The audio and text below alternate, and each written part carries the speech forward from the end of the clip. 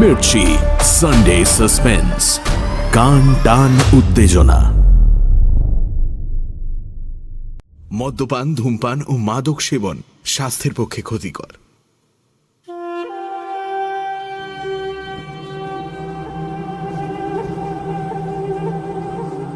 বাংলা সাহিত্যের রোমাঞ্চকর কিছু গল্প দিয়ে সাজানো আমাদের এই বিশেষ নিবেদন সানডে সাসপেন্স।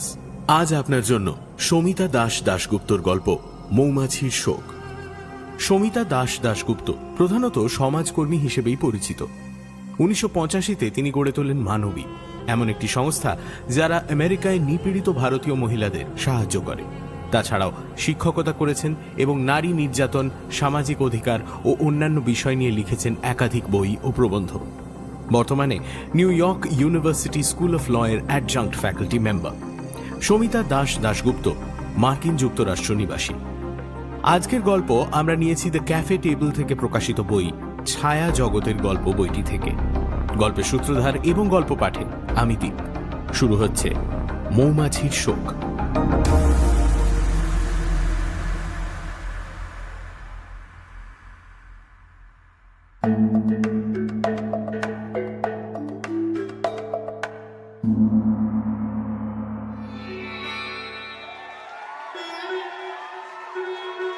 এবারে বঙ্গ সম্মেলন হবে অ্যাটলান্টিক সিটিতে। একসময় বাঙালির এই বার্ষিক মিলনীতে যেতে মন আনচান করত, না গেলে বিষণ্ণতা ঘিরে ধরত।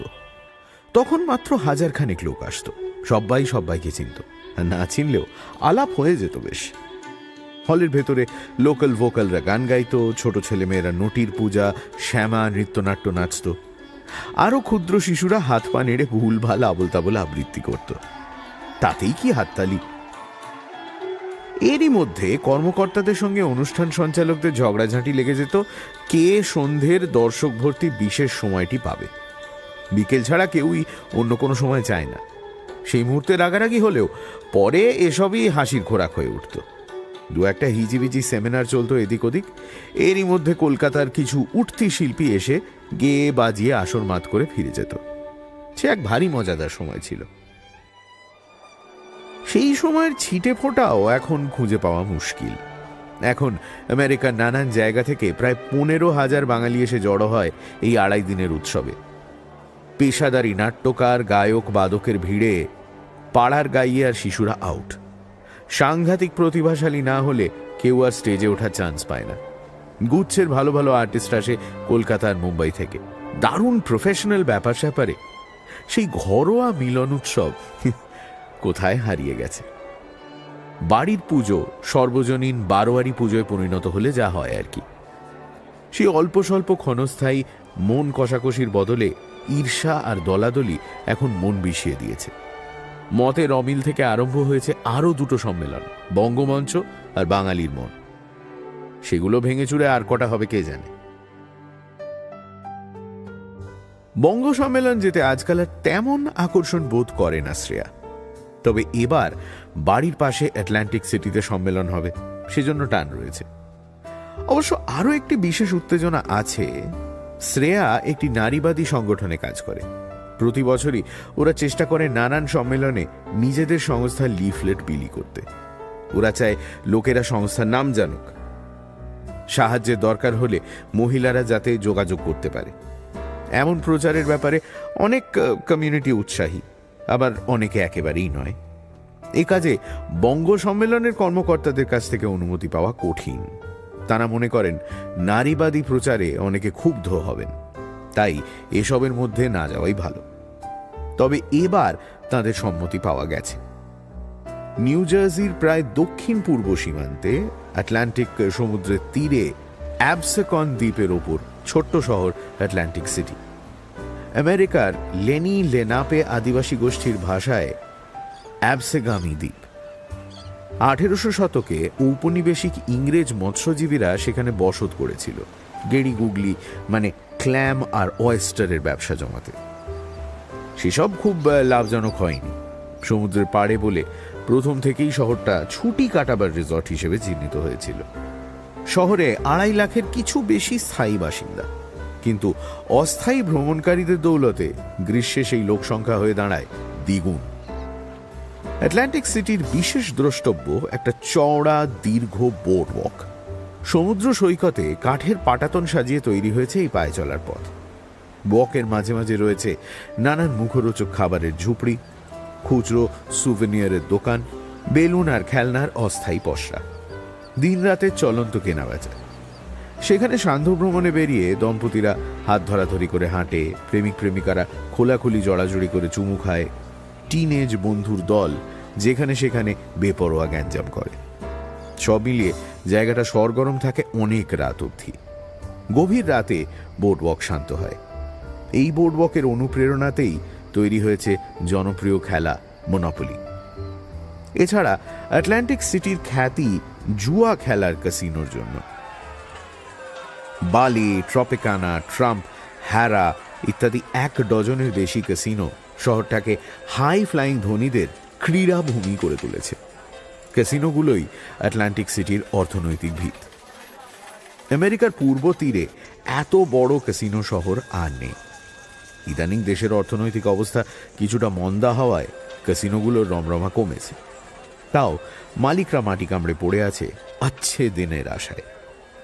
এবছর বঙ্গ সম্মেলন হবে স্মিথ তাজমহল নামে একটি ক্যাসিনোতে।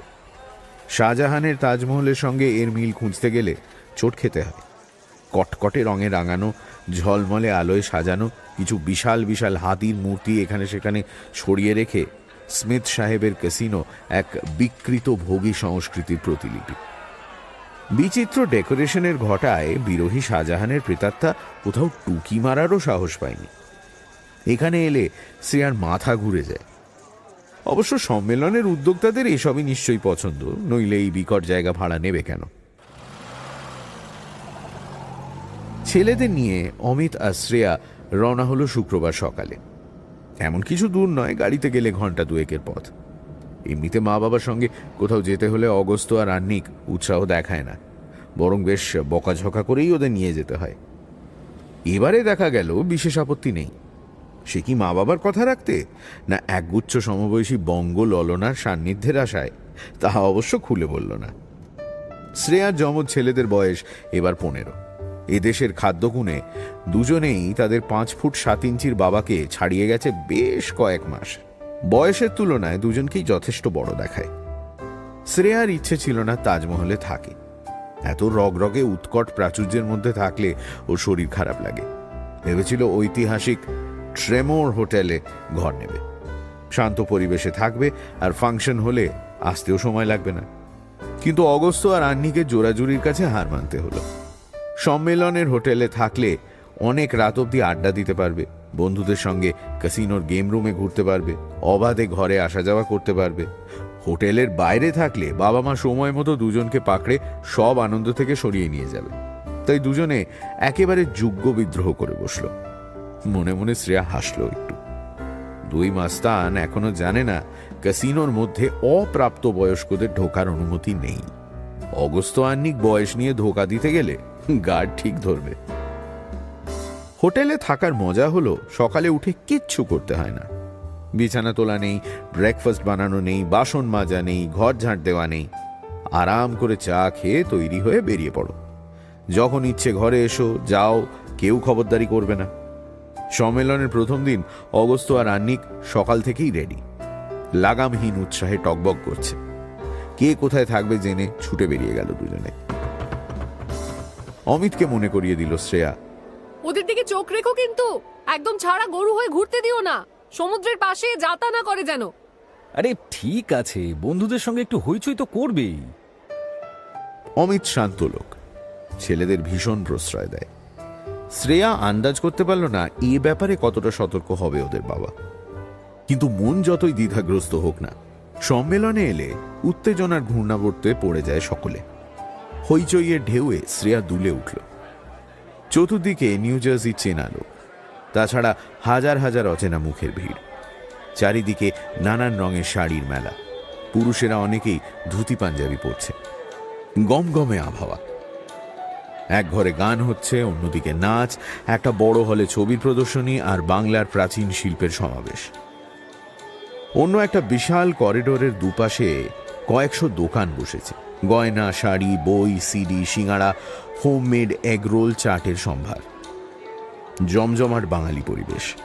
উচ্ছল শ্রেয়া ছেলে মানুষের মতো এদিক ওদিক ছুটোছুটি করতে লাগলো।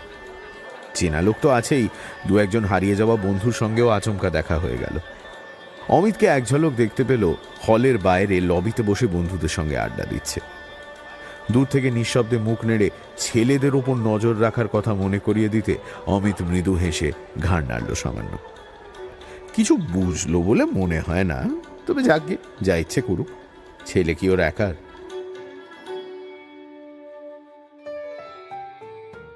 সারা সকাল নাচ গান গল্পের ফাঁকে শ্রেয়া একটা বাংলা ছবিও দেখে ফেলল। নতুন সিনেমা, পরিচালকের নামও শোনেনি।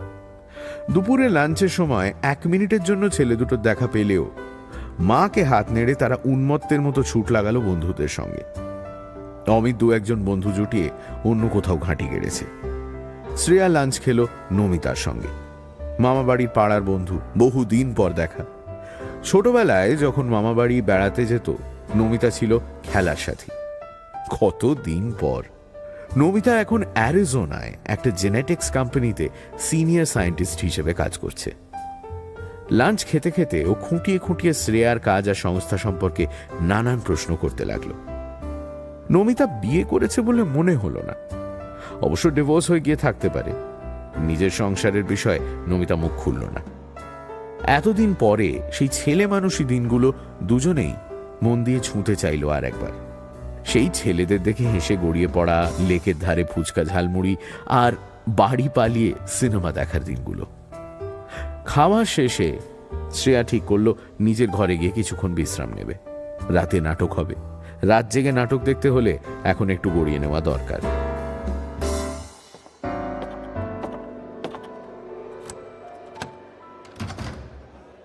হোটেলের ঘরে ফিরে শ্রেয়া কাউকে দেখতে পেল না। ছেলেরা, অমিত, কেউ একবারও ঘরে এসেছে বলে মনে হলো না। অবশ্য যে যার নিজের সুবিধা মতো আসবে যাবে, তাই ঠিক করা হয়েছে। শাড়ি খুলে রেখে একটা কাফতান পরে নিল শ্রেয়া। বিছানায় গা ফেলা মাত্র দরজায় শব্দ হলো। ঘরের আবাসিকরা সকলেই চাবি নিয়ে গেছে, তাদের জন্য দরজা খুলতে হবে না। কিন্তু তাহলে কে এলো?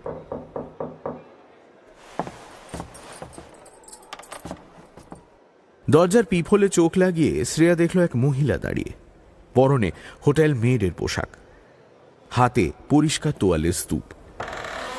দরজা একটু ফাঁক করে শ্রেয়া চোখে প্রশ্ন তুলল, fresh towel for you madam. বছর 25 হবে, মিষ্টি চেহারা, দেখে মনে হয় লাটিনা, স্প্যানিশ বা মেক্সিকান হয়তো। স্নানের সময় শ্রেয়া দেখেছিল বাথরুমে প্রচুর বাড়তি টাওয়েল রয়েছে, আবার কেন? কিন্তু এনেছে যখন ঠিক আছে, অধিকন্তু ন দোষায়। Jess come in. শ্রেয়া সরে দাঁড়ালো। মহিলা ঘরে ঢুকে দরজা বন্ধ করলেন। বাথরুমের দিকে যেতে যেতে বললেন, আপা, আমি বাঙালি, বাংলাদেশের। বাঙালিদের সম্মেলন হইতেছে, দেখতেও ভাল লাগে। টাওয়েল রাখতে মহিলা বাথরুমে গেলেন। কি আশ্চর্য, বাঙালি এখানে ঘর পরিষ্কার করছে। হোটেলের হাউসকিপিং ক্রুয়ের একজন। আমেরিকায় দক্ষিণ এশীয় সমাজের ডাক্তার, আইনজীবী, ইঞ্জিনিয়ারের ভিড়ে নিম্নবিত্ত শ্রেণীর মানুষও যে রয়েছে তা বেশিরভাগ লোকই খেয়াল করে না। এরা সকলের নজর এড়িয়ে এদেশে বাস করে। শ্রেয়া ভাবল, আমরা বঙ্গ সম্মেলন করছি, আর এই নাম না জানা বাঙালি যারা আমাদের ঘর পরিষ্কার করছে তাদের খবরও রাখি না। সম্মেলনে যোগ দিতে কেউ এদের আমন্ত্রণ জানিয়েছে কি? মহিলা বাথরুম থেকে বেরোতে শ্রেয়া জিজ্ঞেস করল, আপনার নাম? রোকসানা। আপা, আমারে তুমি বলেন। আপনার 1 মিনিট টাইম আছে? একটু কথা ছিল। নিশ্চয়ই, বলো কি বলবে, বসো না। শ্রেয়ার অনুরোধ সত্ত্বেও রোকসানা বসল না। জানলার কাছে একটা টেবিলের কোণা ধরে মাথা নিচু করে দাঁড়িয়ে রইল। বলো কি বলবে। আপা, আপনি যখন বন্ধুর সাথে লাঞ্চ করতেছিলেন, আপনাদের কথা শুনছি। মাফ করেন, আপনাদের সাহায্য চাই আপা। আমার যদি একটু সাহায্য করেন। সে কি, কিভাবে তোমাকে সাহায্য করতে পারি বলো। মানে যদি সম্ভব হয় নিশ্চয়ই করব। আমি ইল্লিগাল, আমার কোনো ইমিগ্রেশন পেপার নাই, বড় কষ্টে আছি। এখানে কাজ করছি বেশ কয়েক বছর, টাকা পাই খুবই সামান্য। ইল্লিগাল তো, তাই আমাদের এরা কোনো বেনিফিট দেয় না। অসুখ বিসুখে কই যাই বলেন, ইল্লিগাল হওয়ার বিপদ তো আপনি বুঝেন। Illegal, undocumented. অমিত এদেশে এসেছিল পড়তে, শ্রেয়া এসেছে অমিতকে বিয়ে করে। ওদের 2 ছেলে জন্মেছে এদেশে। সারা জীবন আইনের গণ্ডির মধ্যে সন্তর্পণে জীবন কাটিয়েছে সকলে। শ্রেয়া ভাবতেই পারে না কোনো দেশে বেআইনি অনুপ্রবেশকারী হয়ে বাকি জীবন কাটবে। তবে ব্যক্তিগত অভিজ্ঞতা না থাকলেও আমেরিকায় যে দেশ বিদেশ থেকে বহু নারী পুরুষ বেআইনি ডেরা বেঁধেছে তাও জানে। ওদের নিজেদের টাউনশিপেই তো দেখা যায় সকালবেলা জনবহুল রাস্তার মোড়ে মোড়ে 10-12 জন মেক্সিকান লোক কাজের আশায় দাঁড়িয়ে রয়েছে। সবাই দিনমজুরের কাজ করে। অনেক সময় চলতি গাড়ি এসে থামে ওদের সামনে, মুখগুলো আশায় চকচক করে ওঠে। ওরা দৌড়ে এগিয়ে যায় গাড়িটার দিকে। গাড়ি একজনকে তুলে নেয় আর অন্যরা মনক্ষুণ্ণ হয়ে ফিরে যায় আগের জায়গায়। অনেক সময় কোনো বড় কন্ট্রাক্টর ট্রাক নিয়ে এসে সকলকে তুলে নিয়ে যায় সারাদিনের কাজের জন্য। ওদের মজুরি সামান্য, আমেরিকান শ্রমিকের তুলনায় অনেক কম। এই মাকি গন্ডার দিনে বেআইনি হলেও অনেকেই তাই ওদের দিয়ে কাজ করায়। আটলান্টিক সিটির বিশাল ক্যাসিনোগুলো যে সে দলে রয়েছে তা শ্রেয়া জানত না। সে কি, এসব তো প্রকাণ্ড ব্যবসা। এখানে তোমাদের কাজ দিয়েছে? আমি একা না পা, তাজমহলের প্রায় 70% কর্মী ইল্লিগাল। আমরা ঘর সাফ করি, কিচেনে কাজ করি, ডাইনিং রুম পরিষ্কার করি, মানে মানুষের সাথে দেখা সাক্ষাৎ ছাড়া বাকি যা কাজ সেইগুলা করি। জনসংযোগের জন্য এখানে সাদা আমেরিকান কর্মচারী আছে, আমরা থাকি পিছনে। ব্যাপারটা নতুন কিছু নয়, বেশিরভাগ আমেরিকান প্রমোদ প্রতিষ্ঠানেই এই ব্যবস্থা। মুখ দেখা যায় শ্বেতাঙ্গ কর্মীদের, আর পর্দার পেছনে ভারী কাজ করে এশীয়, মেক্সিকান, আফ্রিকান অভিবাসীরা। একবার জাহাজে ক্রুজ নিয়ে শ্রেয়া এই ব্যাপারই চালু দেখেছিল। জাহাজের রান্না, সাফসুতরো, সিকিউরিটি এই সব কাজে নিযুক্ত রয়েছে বাদামি বা কালো চামড়ার কর্মী, আর নাচছে গাইছে স্বাগতম জানাচ্ছে শ্বেতাঙ্গরা। কি চাও তুমি? ইমিগ্রেশন? সেই নিয়ে তো এই মুহূর্তে কিছু করা যাবে না। একদিন আমাদের অফিসে এসো, হয়তো কিছু হতে পারে। পারবে আসতে? আমি তো শুধু রবিবারে ছুটি পাই, সেদিন কি আপনাদের অফিস খোলা থাকে? ও, তাহলে তোমাকে কিন্তু একদিন ছুটি নিতে হতে পারে। অন্য কারোর সঙ্গে একটা দিনের কাজ পাল্টাপাল্টি করে নিতে পারবে কি? পারতেই হবে। আমি যাব আপা, যেমন করে হোক আমি পৌঁছাবো। বুধবার দুপুর ঠিক আছে আপা? আচ্ছা, আমি যাই এবার। গেস্টের ঘরে বেশি সময় থাকলে আবার ঝামেলা হইব।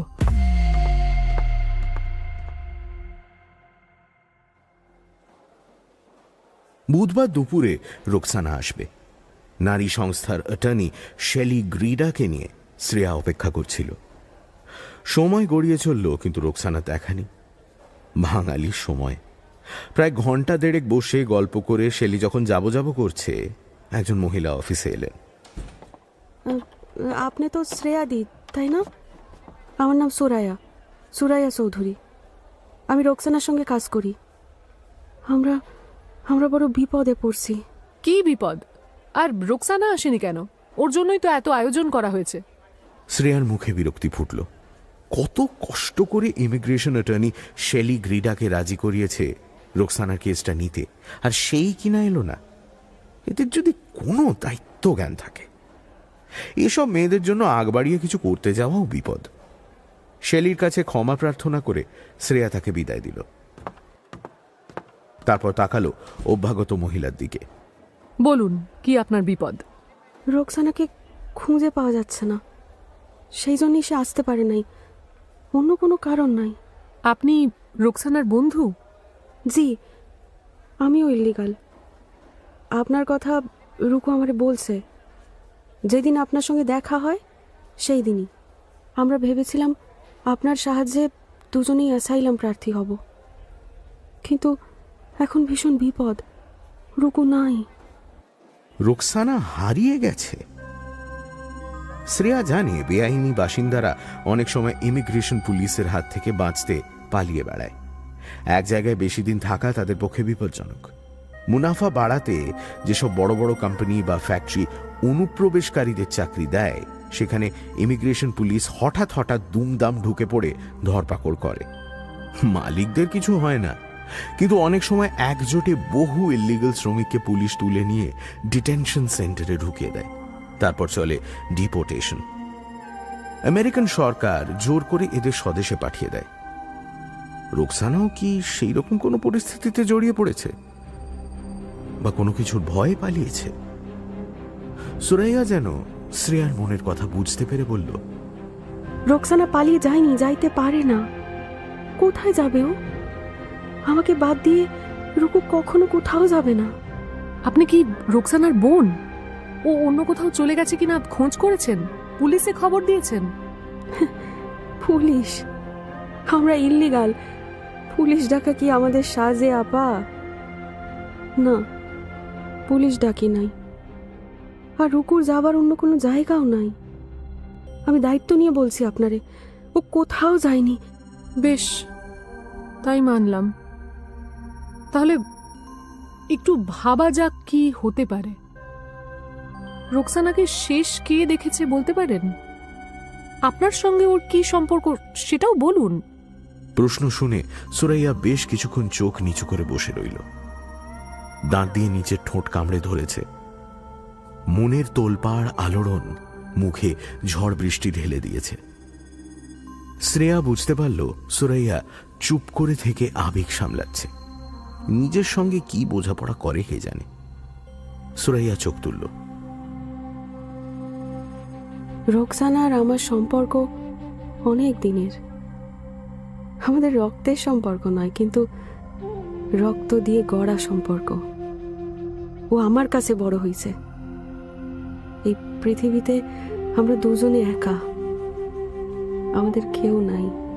সে কি? তাই যদি মনে করেন তাহলে পুলিশকে জানানো তো একান্ত দরকার। কোনো দুর্ঘটনা বা অন্য কিছু ঘটলে কি করে খোঁজ পাবেন? যতটা পারা যায় ভেতরে ভেতরে খোঁজ করছি। কাজের জায়গায় সকলেই তো আমাদের ঘৃণা করে না, অনেকে মানুষ হিসাবেও দেখে। সেরকম কিছু আমেরিকান লোক চারপাশের হাসপাতালে ইমার্জেন্সিতে খোঁজ করছে, কোনো খবর পায় নাই। কাছাকাছি যত হোটেল আছে সেখানেও খোঁজ করতেছে, পুলিশের কাছ থেকেও কিছু সংবাদ আসে নাই।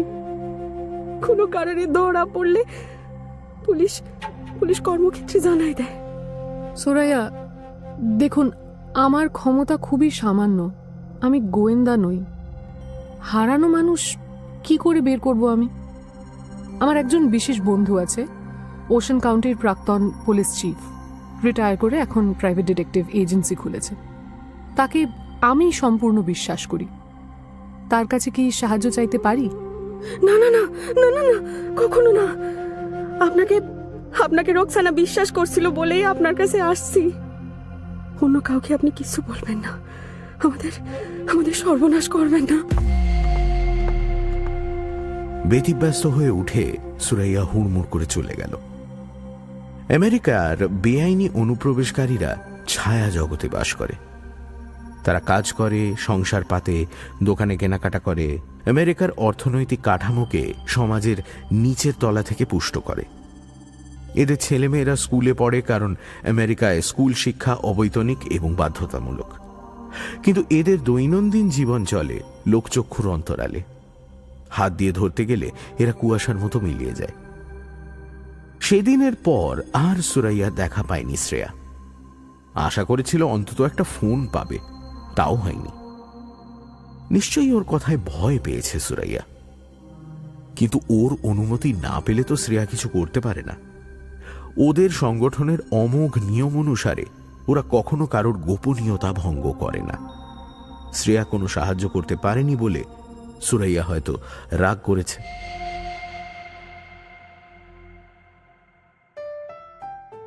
পরের সপ্তাহে জিমের সঙ্গে দেখা হলো। 25 বছর চাকরির পর 40-এর মাঝামাঝি এসে জিম মার্ফি ওশন কাউন্টির পুলিশ প্রধানের পদ থেকে অবসর নিয়েছে 2 বছর আগে। রাস্তার বিটের পুলিশ পদ থেকে ধীরে ধীরে উপরে উঠেছিল জিম। অত্যন্ত গরিব ঘরের পিতৃ পরিচয়হীন ছেলে। হাই স্কুল পাশ করে 18 বছর বয়সে কাজে ঢুকেছিল, আর এই 45-এ মুক্তি। হয়তো এত সাধারণ অবস্থা থেকে উঠেছে বলেই মানুষের প্রতি ওর সহানুভূতি অপরিসীম। জনসংযোগের ক্ষমতা অসামান্য। কম বয়সে বিয়ে করেছিল একবার, টেকেনি। কোনো এক কনফারেন্সে বক্তৃতা দিতে গিয়ে জিমের সঙ্গে আলাপ হয়েছিল শ্রেয়ার। প্রথম দিনেই কেমন করে যেন ক্লিক করে গেছিল দুজনে। খানিকটা শ্রদ্ধা, খানিকটা বন্ধুত্ব, আর অনেকটা পারস্পরিক আকর্ষণের ভিতে গড়া ওদের সম্পর্ক। দুজনেই আবেগধাবিত নয়, তাই কোনো রকম বাড়াবাড়ি ঘটেনি কোনোদিনই। তবে স্ত্রী পুরুষের সহজ মেলামেশায় অভ্যস্ত আমেরিকানদের দস্তুর মাফিক জিম প্রথম দিকে একটু বেশি এগিয়ে এসেছিল। আর শ্রেয়া যে একেবারেই প্রলুব্ধ হয়নি তা বললে মিথ্যে বলা হবে। কয়েকবার ঠোঁটে নরম চুমু, সামান্য হাত ধরা। শ্রেয়া সময় মতো সামলে নিয়েছে, জিম থেমে গেছে। এখন রয়েছে বুক ভর্তি এক অপূর্ব অনুভূতি, যা হয়তো প্রেমের চেয়ে অনেক বড়, পরিপূর্ণ। জিমকে অনেক কিছু বলে শ্রেয়া, গোপনীয়তা নষ্ট করেই বলে। জিম শোনে, পরামর্শ দেয়। শ্রেয়ার জীবনের এক বিশেষ অঙ্গ জিম মার্ফি। রোকসানার হারিয়ে যাওয়া শ্রেয়ার নিশ্চিন্ততায় ফাটল ধরালো। শেষ পর্যন্ত জিমকে সবকিছু না বলে শ্রেয়া পারল না। I don't know what to do gym. কি করি বলো? একজন মেয়ে হারিয়ে গেল, আর আমি সব জেনেও চুপ করে বসে থাকবো? যদি সাংঘাতিক কিছু ঘটে থাকে? You are a wonderful woman, Ria. অনেক পরিশ্রমের পরেও বন্ধুর নাম ঠিকমতো উচ্চারণ করতে না পেরে জিম ওকে রিয়া ডাকে। শ্রেয়া নামের ভগ্নাংশ হিসেবে রিয়া নামটা শ্রেয়ার বেশ পছন্দ। মেয়েটি বুঝছে না, কিন্তু ল এনফোর্সমেন্টের কাছে মিসিং পার্সন রিপোর্ট করাটা খুব জরুরি।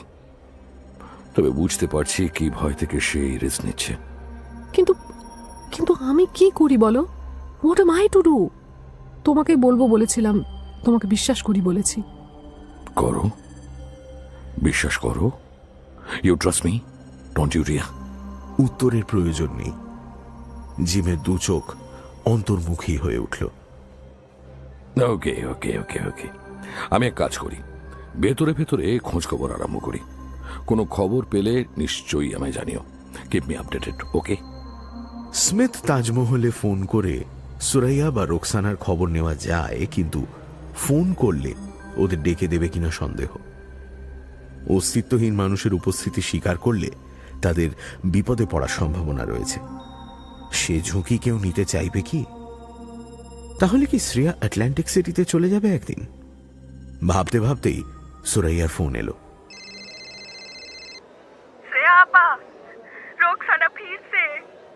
এসেছে? রুকসানা ফিরে এসেছে? কিন্তু তাহলে তুমি কাঁদছো কেন? কি হয়েছে? কি কি হয়েছে? রুকসানা ভালো আছে তো? না, ভালো নাই।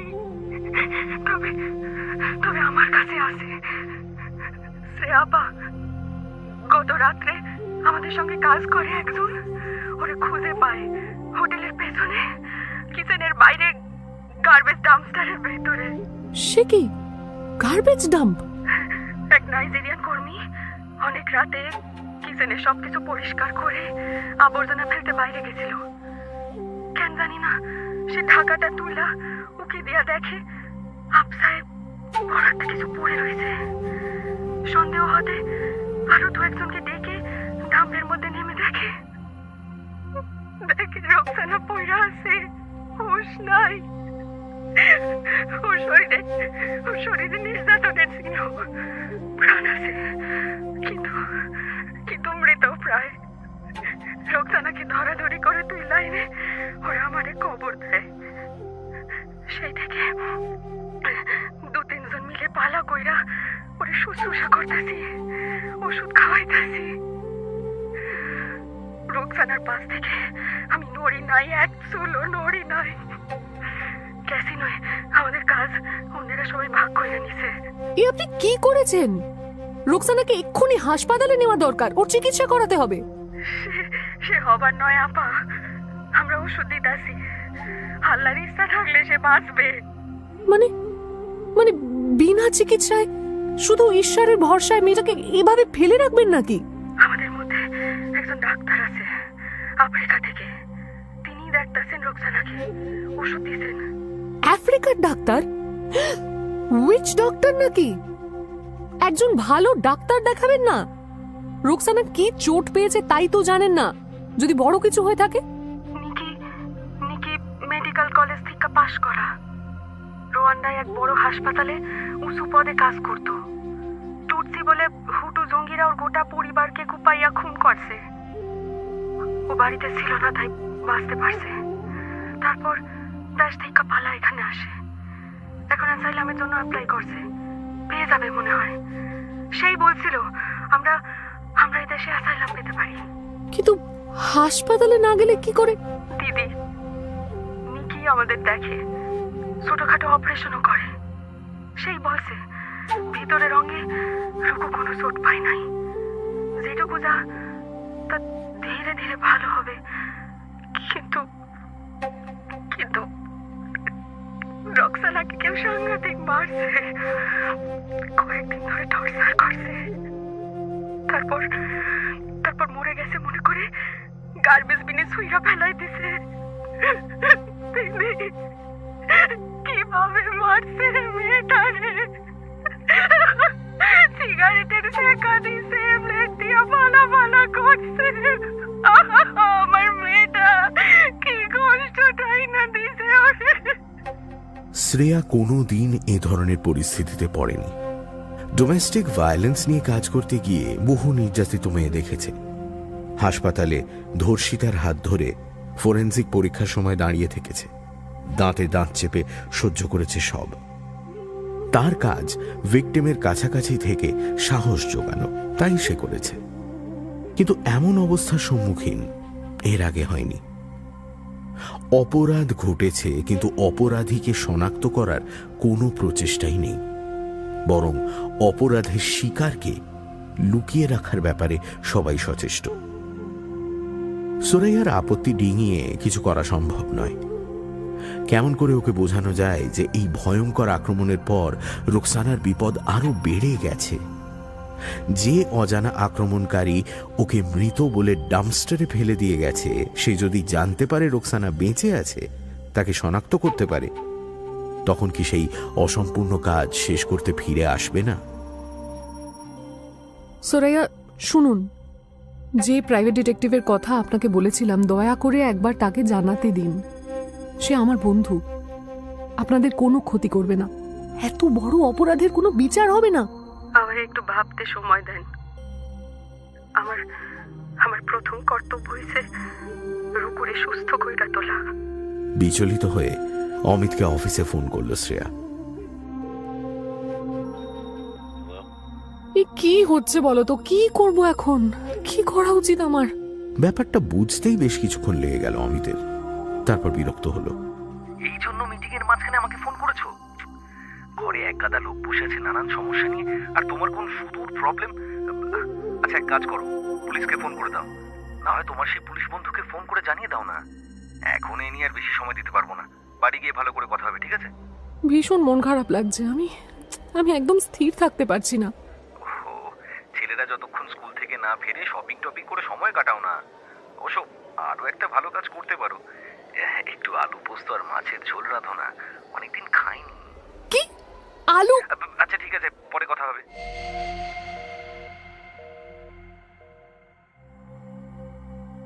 কখন ভোর হয়েছে সুরাইয়া জানে না। দুদিন ধরে রোকসানার পাশে বসে আছে, ছুঁতে ভয় করছে, যেখানেই হাত দিক ব্যথা লাগতে পারে। রুকুর নিথর শরীর পড়ে রয়েছে সোফা কাম বেডের উপর। আর কোনোদিন জেগে উঠবে কিনা কে জানে। চোখ দুটো ফুলে বন্ধ, কালশিটে পড়েছে বেশিরভাগ শরীরে। মুখের বাঁদিকে ঘুষি বা চড়ের ছাপ স্পষ্ট। এত ফুলে রয়েছে যে পুরো মুখটাই ব্যাকা লাগছে। রোকসানার সারা শরীর সরু ব্লেড দিয়ে কে ফালা ফালা করে কেটেছে। আবর্জনার অবশিষ্ট আর রক্তের দাগ গতকাল সকলে মিলে পরিষ্কার করে রুকুকে যতটা পারে স্বাভাবিক করে তুলতে চেষ্টা করেছে। স্বাভাবিক? মনে মনে শিউরে উঠল সুরাইয়া। রুকু কি আর কোনোদিন স্বাভাবিক হবে? রুকু বাঁচলেও তার চেতনার কি অবস্থা হবে তা কেউ জানে না। সারা জীবন এত নির্যাতনের পরে আবার নতুন করে অত্যাচার ফিরে এলো রুকুর কাছে। এত কিছুর পরেও কি মানুষ আবার স্বাভাবিক হতে পারে? আহা রোকসানা, আমার বোন, আমার কন্যা, আমার পরম প্রিয়। সুরাইয়ার বুক মুচড়ে ওঠে। সেই ছোট্ট 5 বছরের হতভম্ব মেয়েটার অসহায় হাত দুটো ধরে সুরাইয়া তাকে নিয়ে এসেছিল। সেই সব ভয়ঙ্কর দিনগুলোতে এই ছোট্ট মেয়েটাকে নিয়ে লোকের বাড়ি বাড়ি লুকিয়ে থেকেছে। রাতের বেলায় বেরিয়ে পায়ে হেঁটে কত মাইল পাড়ি দিয়েছে তার হিসেব সুরাইয়ার কাছে নেই। শুধু প্রাণের ভয় আর আরো বড় কিছুর ভয়ের স্বাদটুকুই মনে রয়েছে। সেই সব অদ্ভুত দিনের সঙ্গে এই অনাথ মেয়েটা ওতপ্রোতভাবে জড়িয়ে আছে। আজ জীবনে স্থিত হবার মুখে রুকু চলে যাবে তা হয় না। রুকু, আমার সাইরা চলে যাস না রুকু। আমি তোরে রক্ষা করার প্রতিজ্ঞা করছিলাম, পারলাম না তোরে বাঁচাইতে। তুই আমাকে ক্ষমা কইরা দে, আর কখনোই ভুল হইবে না। চোখ খোল রুকু, রুকু, একবার বেঁচে ওঠ রুকু। রোকসানা চোখ খুলল না। Suri, I brought you something to eat. কিছু খেয়ে নাও এখন। এমন করে কতক্ষণ বসে থাকবে? একটা ঢাকা প্লেট হাতে ইউগোস্লাভিয়া থেকে আসা শ্বেতাঙ্গ মেয়ে ওল্যান্ডা অ্যাপার্টমেন্টের দরজায় এসে দাঁড়িয়েছে। কখন এসেছে চাবি শব্দ পায়নি সুরাইয়া। খাবার কিছু খেতে ইচ্ছে নেই, তবু সুরাইয়া জানে ওকে খেতেই হবে, নইলে বাঁচবে কেমন করে। সেই অসম্ভব দিনগুলোতেও যখনই ও খাবার পেয়েছে মুখ বুজে খেয়ে নিয়েছে, ভালো খারাপের তোয়াক্কা করেনি। রুকুই বরং ঘ্যান ঘ্যান করত, পছন্দসই খাবার নইলে খেতে চাইতো না, বায়না করত। Food, yes, thank you, I will eat. আমারে যেমন কইরা হোক বাঁচতেই হবে। ওল্যান্ডা ওদের সঙ্গে একই অ্যাপার্টমেন্টে থাকে। স্মিথ তাজমহল থেকে কিছু দূরে ভাঙাচোরা একটি বিল্ডিংয়ে 6 জনের একসঙ্গে বাস। একটা বেডরুমের ছোট অ্যাপার্টমেন্ট শেয়ার করে ওরা। এক ঘরে থাকে ইউগোস্লাভিয়ার ওল্যান্ডা আর রাডিয়া, অন্যটিতে নাইজেরিয়ার গ্রেস আর কলম্বিয়ার লুস। এক চিলতে বাইরের ঘরে সোফা কাম বেডে শুয়ে গত 5 বছর বাস করছে রোকসানা আর সুরাইয়া। এই অ্যাপার্টমেন্টের সকলে লিগাল। এদেশের লোকেরা কল্পনাও করতে পারে না এত ছোট জায়গায় এতজন লোক একসঙ্গে থাকছে, খাচ্ছে, শুচ্ছে। কিন্তু এই কদিন এইসব বন্ধুরাই সুরাইয়াকে বাঁচিয়ে রেখেছে।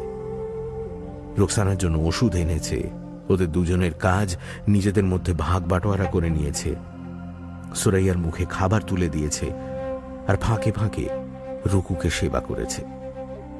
এরাই সুরাইয়ার পরিবার, এই পৃথিবীতে ওর একমাত্র ফ্যামিলি। লেনি, তুমি 1 মিনিট রুকুর পাশে বসবা? I need to freshen up a bit. Olanda কাজের ইউনিফর্ম ছেড়ে আসতেই সুরাইয়া বাথরুমে গেল। একেবারে স্নান সেরে নেবে, তারপর রুকুর পাশে বসেই খেয়ে নেবে যা কিছু। রুকুকে ভালো করে তুলতে তাকে বেঁচে থাকতেই হবে। শাওয়ারের জলের তলায় দাঁড়িয়ে সুরাইয়ার চোখ দুটো খচখচ করে উঠল। শীতকালে প্রায়ই গরম জল পাওয়া যায় না এই বিল্ডিংয়ে। তখন ওরা হোটেলের ঘর পরিষ্কার করতে করতে কোনো একটা ফাঁকা ঘরে লুকিয়ে ঢুকে স্নান করে নেয়। এখন জুলাই মাসে গরম জল না হলেও চলবে, কিন্তু বেশ গরম জল পড়তে লাগলো। যখন দরকার নেই। স্নানের শেষে ঘুম পেল সুরাইয়ার। 2 দিন ঘুমোয়নি এক ফোঁটা, কিন্তু এখন ঘুমোলে চলবে না। রোকসানার ঘুম ভাঙার আগে ওর ঘুমের অবকাশ নেই। স্নান শেষ হওয়ার আগেই বাথরুমের দরজায় ধাক্কা পড়ল। সুরি কাম আউট, এক্ষুনি এসো। রুকু চোখ খুলেছে, she is looking for you, তোমাকে খুঁজছে। এসো এসো, এক্ষুনি এসো। ভেজা গায়ে কোনো মতে একটা জামা চাপিয়ে ছুটতে বেরিয়ে এলো সুরাইয়া। উড়ে এসে পড়ল রোকসানার বিছানার পাশে। নিজের হৃৎপিণ্ডের শব্দ ঢাকের মতো কানে বাজছে। রুকুর চোখ বন্ধ, কিন্তু ভুরু কুঁচকে গেছে। মুখের অভিব্যক্তিতে ফুটে উঠেছে তীব্র যন্ত্রণা। জোরে ডাকতে ভয় করল সুরাইয়ার। রুকু, রুকু, এই দেখ আমি তোর পাশে। আমি রুকু, চোখ খোল। দেখ আমি তোর পাশে বসে আছি। তুই এখন আমার কাছে। রুকু, রুকু, রুকু। সুরিয়াপা, পলাই তৈব, পলাও। আমি ইবলিশ দেখছি, শয়তান। দেরি করো না, পলাও।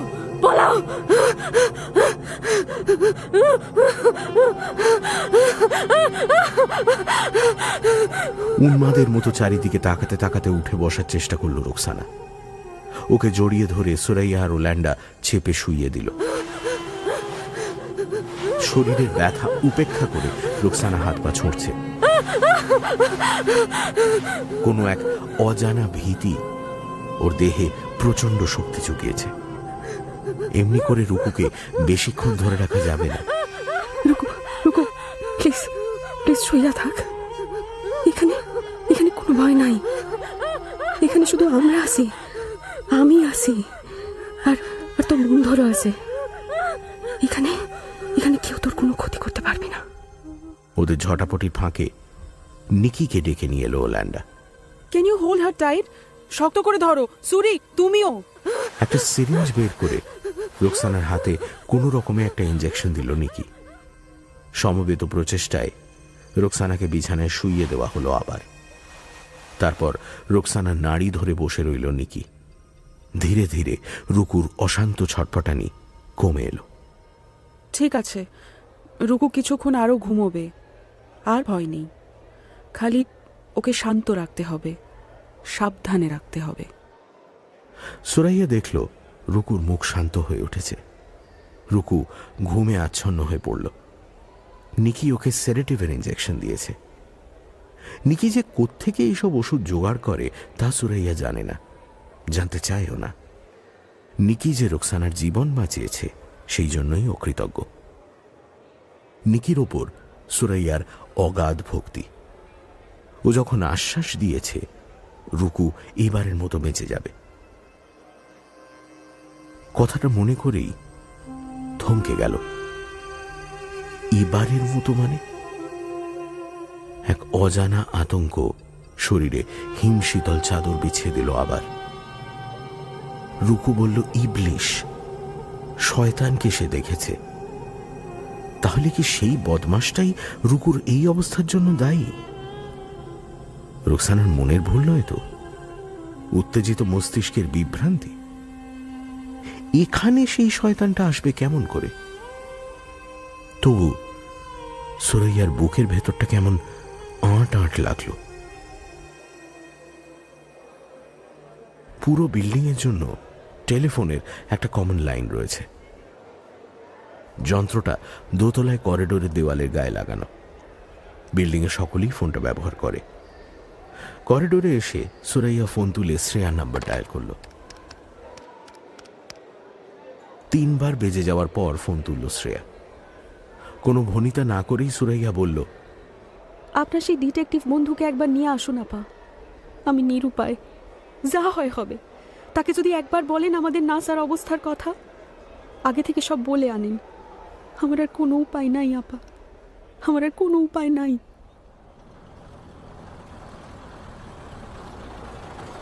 আধ ঘন্টার মধ্যে গাড়ি নিয়ে হাজির হলো জেম। অমিতের হাতে সংসারের ভার ছেড়ে আটলান্টিক সিটির উদ্দেশ্যে রওনা হলো শ্রেয়া। মনে তোলপাড় চিন্তা, কি দেখবে সেখানে। এত আপত্তির পর হঠাৎ জিমের সাহায্য নিতে কেন রাজি হলো সুরাইয়া?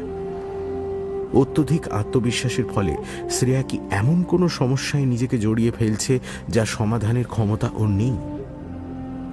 এখনো সময় আছে, এখনো ফিরতে পারে। আর এগোলে হয়তো সে সুযোগ আর থাকবে না। গাড়ির জানলা দিয়ে বাইরের দিকে মুখ ফিরিয়ে চুপ করে বসে রইল সে। সত্যিই কি কোনো বড় ভুল করতে চলেছে? কি হলো রিয়া, এত চিন্তা করছো কেন? আমি তো বললাম আমি সব সময় তোমার সঙ্গে থাকবো। ডোন্ট ওয়ারি, আমরা দুজনে একসঙ্গে সবকিছুর মোকাবিলা করব। আমার ভয় করছে জিম, আই এম স্কেয়ার্ড। কোনো কথা না বলে মুঠোয় ভর্তি শ্রেয়ার বাঁ হাতটা তুলে জিম নিজের ঠোঁটে ছোঁয়ালো একবার। শক্ত করে ধরে রইল সেই হাত। শ্রেয়ার চোখে জল এলো। এবারে তাজমহলে আসাটা অন্য রকমের। সুরাইয়ার সঙ্গে কথা হয়ে গেছে। ক্যাসিনোর 3 নম্বর গেম রুমের 10 নম্বর রুলে টেবিলের কাছে ওরা দাঁড়াবে। সেখান থেকে কেউ একজন ওদের সুরাইয়ার কাছে পৌঁছে দেবে। তবে বেশিক্ষণ অপেক্ষা করতে হলো না। ককটেল সার্ভ করতে করতে একজন স্বল্প বসনা ওয়েট্রেস ওদের সামনে এসে দুটি ড্রিঙ্ক রেখে মিষ্টি হেসে বলল, complimentary drinks from the house. দুটি কাগজের ন্যাপকিনের ওপর ওয়াইন গ্লাস রেখে মেয়েটি চলে গেল। জিমের ন্যাপকিনের এক কোণ একটু মুচড়ে রাখা। স্বাভাবিক ভঙ্গিতেই নিজের গ্লাসের পানিয়ে চুমুক দিল জিম। ন্যাপকিনের পেছনে পেন্সিলে লেখা লাইনটা পড়ে ঠোঁটের কোণা মুছে বলল, ঠিক আছে পট্টুরিয়া, তারপর আমাদের উঠতে হবে। বাঁদিকে লাল উর্দি পড়া সিকিউরিটি গার্ড আমাদের নিয়ে যাবে। না না, ওর দিকে তাকিও না, স্বাভাবিক ব্যবহার করো। ন্যাপকিনটা ভাঁজ করে নিজের পকেটে চালান করলো জিম। ওদের দিকে কোনো ইঙ্গিত না করে একসময় গার্ডটা এগোতে থাকলো একটা দরজার দিকে। ভাবটা যেন চারিদিকে লক্ষ্য রাখছে। খানিক দূরত্ব রেখে তার পেছনে হাঁটতে আরম্ভ করলো শ্রেয়া আর জিম। এত মানুষের ভিড়ে ওদের দিকে নজর দিল না কেউ। গেম রুমের বাইরে আসা মাত্র এক কৃষ্ণাঙ্গী ওয়েট্রেস চোখের ইশারায় ওদের অনুসরণ করতে বলে হাঁটতে লাগলো হোটেলের ভেতর দিকে। সেই গার্ড যে কোথায় সরে গেল শ্রেয়া খেয়াল করল না। 2-3টে এসকেলেটর আর করিডোর পেরিয়ে আসার পর সঙ্গের মহিলা হাঁটার গতি কমিয়ে ওদের পাশাপাশি এলো। শ্রেয়া দেখল মেয়েটির বয়স 19-20 বেশি নয়। সরি, এতক্ষণ কথা বলতে পারিনি। গেম রুমের চারদিকে ক্লোজ সার্কিট ক্যামেরা রয়েছে, কথা বলতে গেলে ধরা পড়ে যেতাম। এখনো কেউ দেখলে গোলমাল বাঁধবে। It may be dangerous for both of us. কি হবে? একজন হোটেল কর্মচারীর সঙ্গে কথা বলছে দেখলে কে ওদের ক্ষতি করবে? সেই প্রশ্ন জিজ্ঞেস করার আগেই মেয়েটি পাশের একটা দরজা দিয়ে ওদের হোটেলের বাইরে নিয়ে এলো। We will drive you there.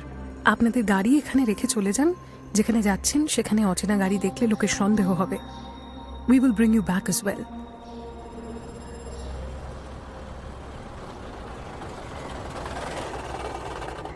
Atlantic সিটির এক ঘুঁজি গলির মধ্যে একটি বিবর্ণ বাড়ির সামনে এসে গাড়ি থেকে নামলো শ্রেয়া আর জিম। বাড়ি না, ভগ্নস্তূপ বলা উচিত। গলিটা দুদিকে একই ধরনের ভাঙাচোরা বাড়ির সারি। প্রথমে দেখলে মনে হয় সব বাড়িগুলোই ফাঁকা। কিছুদিন পর মিউনিসিপ্যালিটি ভেঙে ফেলবে। প্রায় সব বাড়িরই দরজায় সরকারি বিজ্ঞপ্তি টাঙানো আছে, বাড়ির কাঠামো বিপজ্জনক, ভেঙে পড়তে পারে। কিন্তু একটু নিরীক্ষণ করলে বোঝা যায় বাইরের দিকে জানলায় পিচবোর্ড লাগিয়ে আবরু রক্ষার চেষ্টা করা হয়েছে। বারান্দায় ঝাঁট পড়েছে, কাঠের রেলিং ধুলো মুক্ত। প্রায় প্রতিটি বাড়িতেই অদৃশ্য বাসিন্দা রয়েছে। তবে রাস্তার চেহারা দেখে বোঝা যায় এখানে কোনো সরকারি পরিষেবা নেই, মানে পৌঁছয় না। তেমনি এক ভাঙা বাড়ির নড়বড়ে কাঠের সিঁড়ি বেয়ে উঠতে উঠতে শ্রেয়ার মনে হলো কোন রাজত্বে এসেছে সে। আমেরিকায় এমন করে মানুষ থাকে তা তো জানা ছিল না। এটাই রোকসানা সুরাইয়ার জগৎ। প্রাচুর্যের আলো ঝলমল প্রদীপের নিচে এই অন্ধকারে বাসা বেঁধেছে আমেরিকার অনুপ্রবেশকারীরা এই অমানবিক পরিবেশে। তিনতলায় উঠে সঙ্গী মেয়েটি সন্তর্পণে দরজায় টোকা দিল। কয়েক মিনিট কোনো শব্দ হলো না। তারপর দরজায় একটু ফাঁক করে সুরাইয়া শঙ্কিত মুখে উঁকি দিল। ওদের দেখে বলল, 1 মিনিট। দরজা আবার বন্ধ হয়ে গেল। একটু পরে পাল্লা দুটো সামান্য খুলে বেরিয়ে এলো সুরাইয়া। এখানে জায়গা নাই। বাইরের ঘরে রুকু শুইয়া আছে, ঘুমাইতেছে। সামনের অ্যাপার্টমেন্টে বসি চলেন। রুকুর কাছে এখন ওলান্ডা আছে। সামনের অ্যাপার্টমেন্টে সঙ্গের মেয়েটি থাকে। দরজা খুলে দিয়ে সে বলল, I have to go back to work, please যতক্ষণ ইচ্ছে এখানে বসো। সুরি, আমার বাড়ি তোমারই বাড়ি। মেয়েটি দৌড়ে সিঁড়ি দিয়ে নেমে গেল। পুরনো একটা সোফা ছাড়া ঘরে বসার আর কোনো আসবাব নেই। সোফার চেহারাও সাংঘাতিক। সাধারণত কোনো ফার্নিচার এই চেহারায় পৌঁছবার আগেই আমেরিকানরা সেটাকে আবর্জনা হিসেবে বাতিল করে দেয়, নতুন কিনে। হয়তো তেমনই একটা খারিজ সোফা রাস্তা থেকে উঠে এসে এখানে ঠাঁই পেয়েছে। সোফার এক কোণায় সাবধানে বসল শ্রেয়া। কোথা থেকে একটা প্লাস্টিকের চেয়ার জোগাড় করে নিয়ে এলো জিম। বোধহয় ওর ওজন রুগ্ন সোফাটা নিতে পারবে না ভেবে। শ্রেয়ার পিঠে শরীরের বাঁদিকে সোফার ভাঙা স্প্রিং গুঁতো দিচ্ছে। তারই মধ্যে যতটা পারা যায় গুছিয়ে বসল।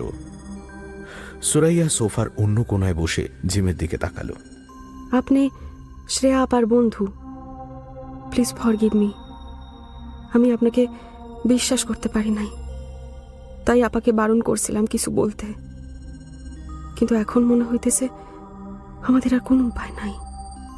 এ কদিন যে ঝড় বয়ে গেছে তার গভীর ছাপ সুরাইয়ার মুখে। কয়েকদিনেই 10 বছর বুড়িয়ে গেছে। নাকের পাশ থেকে লম্বা দাগ নেমে এসেছে ঠোঁটের কোণায়। চোখের কোলে গাঢ় কালো ছায়া। পা টেনে হাঁটছে। Miss Suri, what can I do for you? আমি জানি না এতে আপনার কিছু করার আছে কিনা। My sister has been tortured. তার উপরে অকথ্য অত্যাচার করা হয়েছে।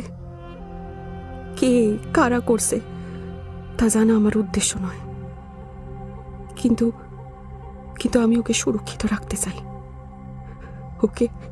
ওকে বাঁচাতে চাই। বেশ, আমি যা পারি নিশ্চয় করতে চেষ্টা করব। টেল মি অল, আমি সবকিছু জানতে চাই। সুরাইয়ার কি বলার আছে সামনের এই বিশাল শ্বেতাঙ্গ লোকটাকে? কি বুঝবে সে? যাদের জীবন কেটেছে নিরবচ্ছিন্ন নিশ্চিন্ততায়, তারা কি বুঝতে পারবে প্রতি মুহূর্তে জীবনের আশঙ্কা? যারা বিশ্বের সবচেয়ে পরাক্রমশালী স্বাধীন রাষ্ট্রে জন্মেছে, তারা কেমন করে উপলব্ধি করবে ক্ষমতাহীন এক শিশু রাষ্ট্রের জন্মযন্ত্রণা? যাদের রাত্রি মায়াবী প্রেমে জড়ানো, তারা অন্ধকারের নখ দাঁত চিনতে পারবে কি? Miss Suri, I may not understand everything you say, কিন্তু আমি চেষ্টা করব। আমি এটুকু প্রতিজ্ঞা করতে পারি যে আমার দিক থেকে কোনো রকম ত্রুটি থাকবে না। সুরাইয়ার অনুক্ত কথা জিম কি করে বুঝতে পারবে? সত্যি কি এই লোকটা বুঝতে পারবে? আর পারলেই বা কি এসে যায়? আমি বাংলাদেশের মেয়ে। আমার আব্বা বিশ্ববিদ্যালয়ে পড়াতেন, আমার আম্মা রান্না করতেন, সংসার সামলাতেন, আমাদের বড় করতেন। আমার 2 ভাই ছিল, আমার চাই বড়। আমার পরিবার সম্পর্কে আর বেশি কিছু বলার দরকার আছে বলে মনে করি না। সবাই মারা গেছে। আমি তাদের ভুলতে চাই, ভুইলা গেছি। সেসব দিনের কিছুই আমি আর মনে রাখতে চাই না। ছোটবেলায় আব্বা আমাদের রবীন্দ্রনাথের কবিতা মুখস্থ করাইতেন, নজরুলের গান শেখাইতেন। বড় হতে হতে আমরা শরৎচন্দ্রের গল্প উপন্যাস পড়ছি। আমার বয়স যখন 16, আমার দেশ স্বাধীন হতে চাইল। পশ্চিম পাকিস্তানের বাংলা ভাষা আর সংস্কৃতি বিরোধী প্রভাবের থেকে বাইরে আসতে চাইল। এজন্যে আব্বা আম্মা সমেত আমাদের সব প্রতিবেশী জান দিতে রাজি ছিল। আমরা সকলে হয় মনে মনে নাইলে সরাসরি মুক্তিযুদ্ধে যোগ দিছিলাম। কিন্তু যুদ্ধ বড় নির্মম, আর সেই দিনের সেই যুদ্ধ ছিল অসৎ, অন্যায়। খান সেনারা কোথায় আর কখন যে আক্রমণ করবে কেউ জানত না। ছেলেরা মরত আর মেয়েদের ছিল মরণের থেকে বড় বিপদ। আমরা জঙ্গলে পালায় যেতাম, রাতের পর রাত মশার কামড় খাইয়া ভাম খাটাসের উপস্থিতি উপেক্ষা কইরা পয়সা থাকতাম। জঙ্গলের কচু পুকুরের কলমি চাবায় পেট ভরাতাম। আমাদের মধ্যে কিছু মানুষ এই স্বাধীনতায় বিশ্বাস করে নাই।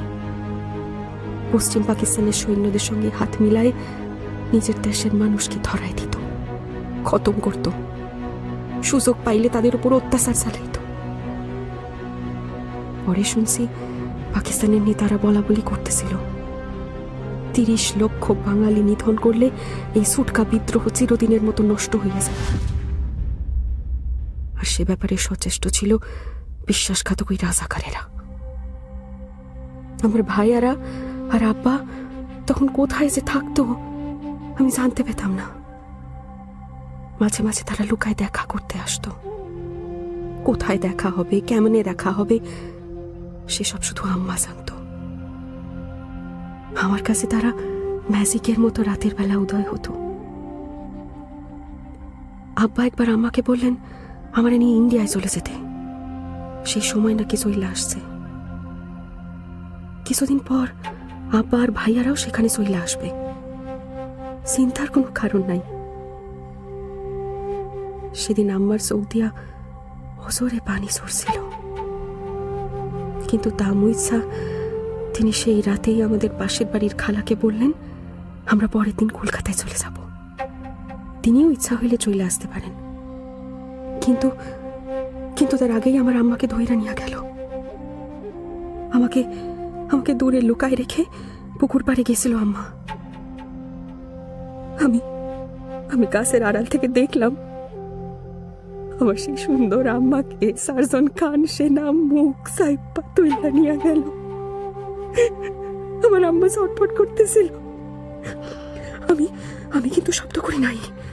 আমি শুধু নিজেকে বাঁচাইবার কথা ভাবতেছিলাম। তারপর থেকে আর কাউকে বিশ্বাস করতে পারি নাই। আমি নিশ্চিত হয়েছিলাম আমাদের প্রতিবেশী খালু রাজাকার ছিল, ওই মিলিটারিকে খবর দিছিল। মাকে পেলেও আমারে তারা ধরতে পারে নাই। আমি পালায় পালায় থাকছি, খেয়ে না খেয়ে ভীতির রাজত্বে বাস করে বাড়ির কাছাকাছি লুকায় থাকতাম। বেশি দূরে যেতাম না। আব্বা যদি ফিরে আসেন, আব্বাকে ভাইয়াকে দেখতে পাবো সেই আশায় নিজের বাসার চারদিকে ঘুইরা বেড়াইতাম ভূতের মতো, অদৃশ্য হয়ে। তারপর একদিন আব্বা আইলেন। আমি দেখলাম সন্ধ্যার অন্ধকারে আব্বা এদিক ওদিক খুঁজতেছেন, আমাকে ডাকতেছেন। আমি এসে আব্বার কোলে ঝাঁপায় পড়লাম। আমারে কোলে করে আব্বা কাঁদলেন বহুক্ষণ আর বললেন মিলিজান, কালই আমরা কলকাতায় যাব, আর কোনো ভয় নাই, তোমার আব্বু তোমার কাছে আছে। আম্মা যাওয়ার পরে সেই 7 দিনে আমি অনেক বড় হয়ে গেছি, অনেক কিছু শিক্ষা পালাইছি। আব্বার সঙ্গে নিজেদের বাসাতেই থাকলাম এক রাত। পরের রাতে কলকাতায় রওনা হব। সেই দিনেই চৌধুরী মেশো এসে আব্বাকে বললেন একবার বিশ্ববিদ্যালয়ে যেতে হবে। কলেজের প্রাঙ্গণে মিলিত হবার জন্য উপাচার্য সকলকে অফিসিয়ালি ডেকেছেন। আব্বা চিন্তিত হলেন, এ তো ভালো ঠেকছে না প্রদীপ। চৌধুরী মেশো আব্বার কথা উড়াই দিলেন, এ তো আমাদের নিজেদের ঘর, আমাদের নিজেদের সংসার বিলা ভাই, আমাদের বিশ্ববিদ্যালয়। আপনি বরং মিলিকে সঙ্গে নিয়ে চলুন। এ সময় মেয়েকে নিজের কাছে রাখাই ভালো। আমি তো ভাবছি শিমুকে নিয়ে যাব, অতটুকু মেয়েকে একা রেখে যেতে ভয় করে। আব্বা আমারে নিলেন না, কিন্তু নিজে তৈরি হলেন। বলে গেলেন আমি যেন বাসা থেকে বাইর না হই। উনি আসার পরে অন্ধকার হইলেই আমরা ভারতে চলে যাব। আবার চোখে মুখে ভয় ছিল। আমি আমি বাসার দরজায় খিলাইটা লুকায় রইলাম। আব্বা আর এলেন না, অন্ধকার হইয়া গেল। গভীর রাতে আমি আর পারি নাই। আব্বার আদেশ অমান্য করে বিশ্ববিদ্যালয়ের দিকে গেলাম। পথে যেতে যেতে দূর থেকে শুনতে পেলাম একটা গো শব্দ। ওই মৌমাছির চাকের কাছে গেলে যেমন শুনতে লাগে, তার চাইতেও অনেক বেশি জোরালো। ভাবতেছি কিসের শব্দ? তখন তো রাত, মৌমাছিরা তো ঘুমায় গেছে। দেখলাম বিশ্ববিদ্যালয় থেকে বেশি দূরে নয়, অন্ধকারে ছায়া শরীরী কিছু মহিলা একটা বৃত্ত করতেছে। শব্দটা আসতেছে সেইখান থেকে। সে শব্দের মধ্যে কি ছিল বোঝাইতে পারবো না। সেই অশরীরী শোক গুঞ্জন আমি কোনোদিন ভুলি নাই। কাছে গিয়ে দেখি বৃত্তের মাঝখানে বড় সাইজের একখানা গর্তে হাজার হাজার মানুষ পয়রা আছে, মৃত, গলিতে ছিন্ন ভিন্ন সব শরীর, রক্তের বন্যা বইতেছে। সেই অন্ধকারেও কটা মুখ চিনতে পারে। ছবির কালু, ইকবাল চাচা, রতন চাচা, প্রতিভা মাসি, বিশ্ববিদ্যালয়ের ক্যান্টিনে কাজ করে লালা, ফার্স্ট ইয়ারের ছাত্র অনিরুদ্ধ। আমাদের বাসায় এসছে খবর। কি সুন্দর দেখতে ছিল ছেলেটা। গর্তে লাফিয়ে নামলাম, দেহগুলা উল্টা পাল্টা কইরা দেখতে লাগলাম সবার মুখ। আব্বাকে খুঁজতেছিলাম। দেখলাম আব্বার চৌধুরী মেশো পাশাপাশি শুয়ে আছে। দুজনেই হাত দিয়া জড়াই ধরে রাখছে সীমাকে। চৌধুরী মেশোর মাইয়া সীমা। কয়েক মাস আগে ওর 5 বছরের জন্মদিনে গেছিলাম, যাইতে চাইনি। আব্বা আম্মা জোর করে নিয়ে গেছিল। 5 বছরের মেয়ের পার্টিতে 16 বছরের মায় যায় নাকি? রাগ হয়েছিল। সেই সীমা যারে একাই বাসায় রাইখা আসতে চৌধুরী মেশো রাজি হয় নাই। একা কেন? মাসি কই? তিনিও কি আমার মায়ের মতন হারাই গেছেন? আব্বার মুখের আধা দেখতে পাচ্ছিলাম। নিচু হয়ে তার গায়ে হাত দিতেই শুনতে পেলাম কাতর মৃদু স্বর। মিলি আপা, সীমা মরে নাই। চৌধুরী মেশো আর আব্বা ওকে বাসায় দিছিল। মৃতদের মাঝে ও পয়রা ছিল মরার মতন। আমি ওকে আব্বা আর মেশোর আলিঙ্গন থেকে বাইর করে নিয়ে আইলাম। অন্ধকার আর ওই শোকের সুযোগ নিয়ে সেই গর্ত থেকে বেরোলাম দুইজনে। তারপর কেমন কইরা কে জানে আমরা কলকাতার উদ্বাস্তু শিবিরে পৌঁছাছি। সেইখানে 2 মাস বাইসা থাইকা দেশ স্বাধীন হলে ফিরে এসছি আবার। ততদিনে সীমা রূপান্তরিত হয়েছে রোকসানায়। আর সেই 5 বছরের মেয়ের মা, বোন, বন্ধু হইয়া আমি তাকে বড় করছি। মুক্তিযুদ্ধে সেই 9 মাসে আমার বয়স 9 2 গুণে 18 বছর বাইরে গেছিল। আমরা কোথাও বেশি দিন থাকতে পারি নাই, থাকা সম্ভব ছিল না। রুকু আতঙ্কে কাঁটা হয়ে থাকতো সর্বক্ষণ, দুঃস্বপ্ন দেখত। আর সেই দুঃস্বপ্নের ঘড়ি আরম্ভ হইলে আমরা স্থান পরিবর্তন করতে বাধ্য হইতাম। রুকুর সেই বোবায় ধরা চিৎকার আমাদের তাড়ায় বেড়াইতো। সেদিন সেই গর্তের পাশে দাঁড়ায় রুকু কিছু মানুষের মুখ দেখছিল, বন্দুক হাতে কিছু সেনার মুখ, আর আর কিছু প্রতিবেশীর মুখ। তাদের হাতে অস্ত্র ছিল, বন্দুক, ছুরি, কাটারি। খান সেনার জামাত লোকেদের নির্দেশ দিয়েছিল গর্তে নামার, আর যারা নামতে গররাজি ছিল তাদের পিঠে বন্দুকের কুঁদো মেরে ফেলে দিয়েছিল গর্তে। চৌধুরী মেশো আর আমার আব্বা গর্তে নামতে চান নাই। কিছু বিতণ্ডার পরে পেছন থেকে মেশোর চুল ধরে টেনে গলায় সানানো ছুরি চালিয়ে সবাই করছিল একজন।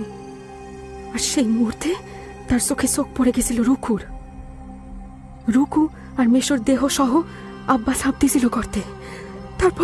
তারপর এলো পাথারি গুলি চলতে থাকে, দেহের পর দেহ জমে স্তূপ হয়ে ভরে যায় গর্ত।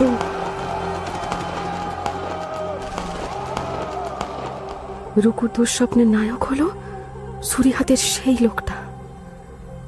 রুকু সেই লোকটাকে ইবলিশ বলতো। দুঃস্বপ্নের সেই মুখ রুকু কোনোদিন ভুলে নাই। আমরা রুকুর দুঃস্বপ্ন থেকে পালায় বেড়াইতাম। কয়েক মাস পর পর স্থান পরিবর্তন করতে হতো, কারণ ইবলিশ ঘন ঘন কড়া নাড়ত রুকুর মনে তরসায়। আমার চেনা জানা আর কেউই ঢাকায় অবশিষ্ট ছিল না। কিছু খুন হয়েছিল, কিছু হারায় গেছিল, আর কিছু দেশ ছাড়ছিল। আমার পক্ষে একদিক থেকে সেই ভালো, বেশি প্রশ্নের সম্মুখীন হতে হয় নাই কখনো।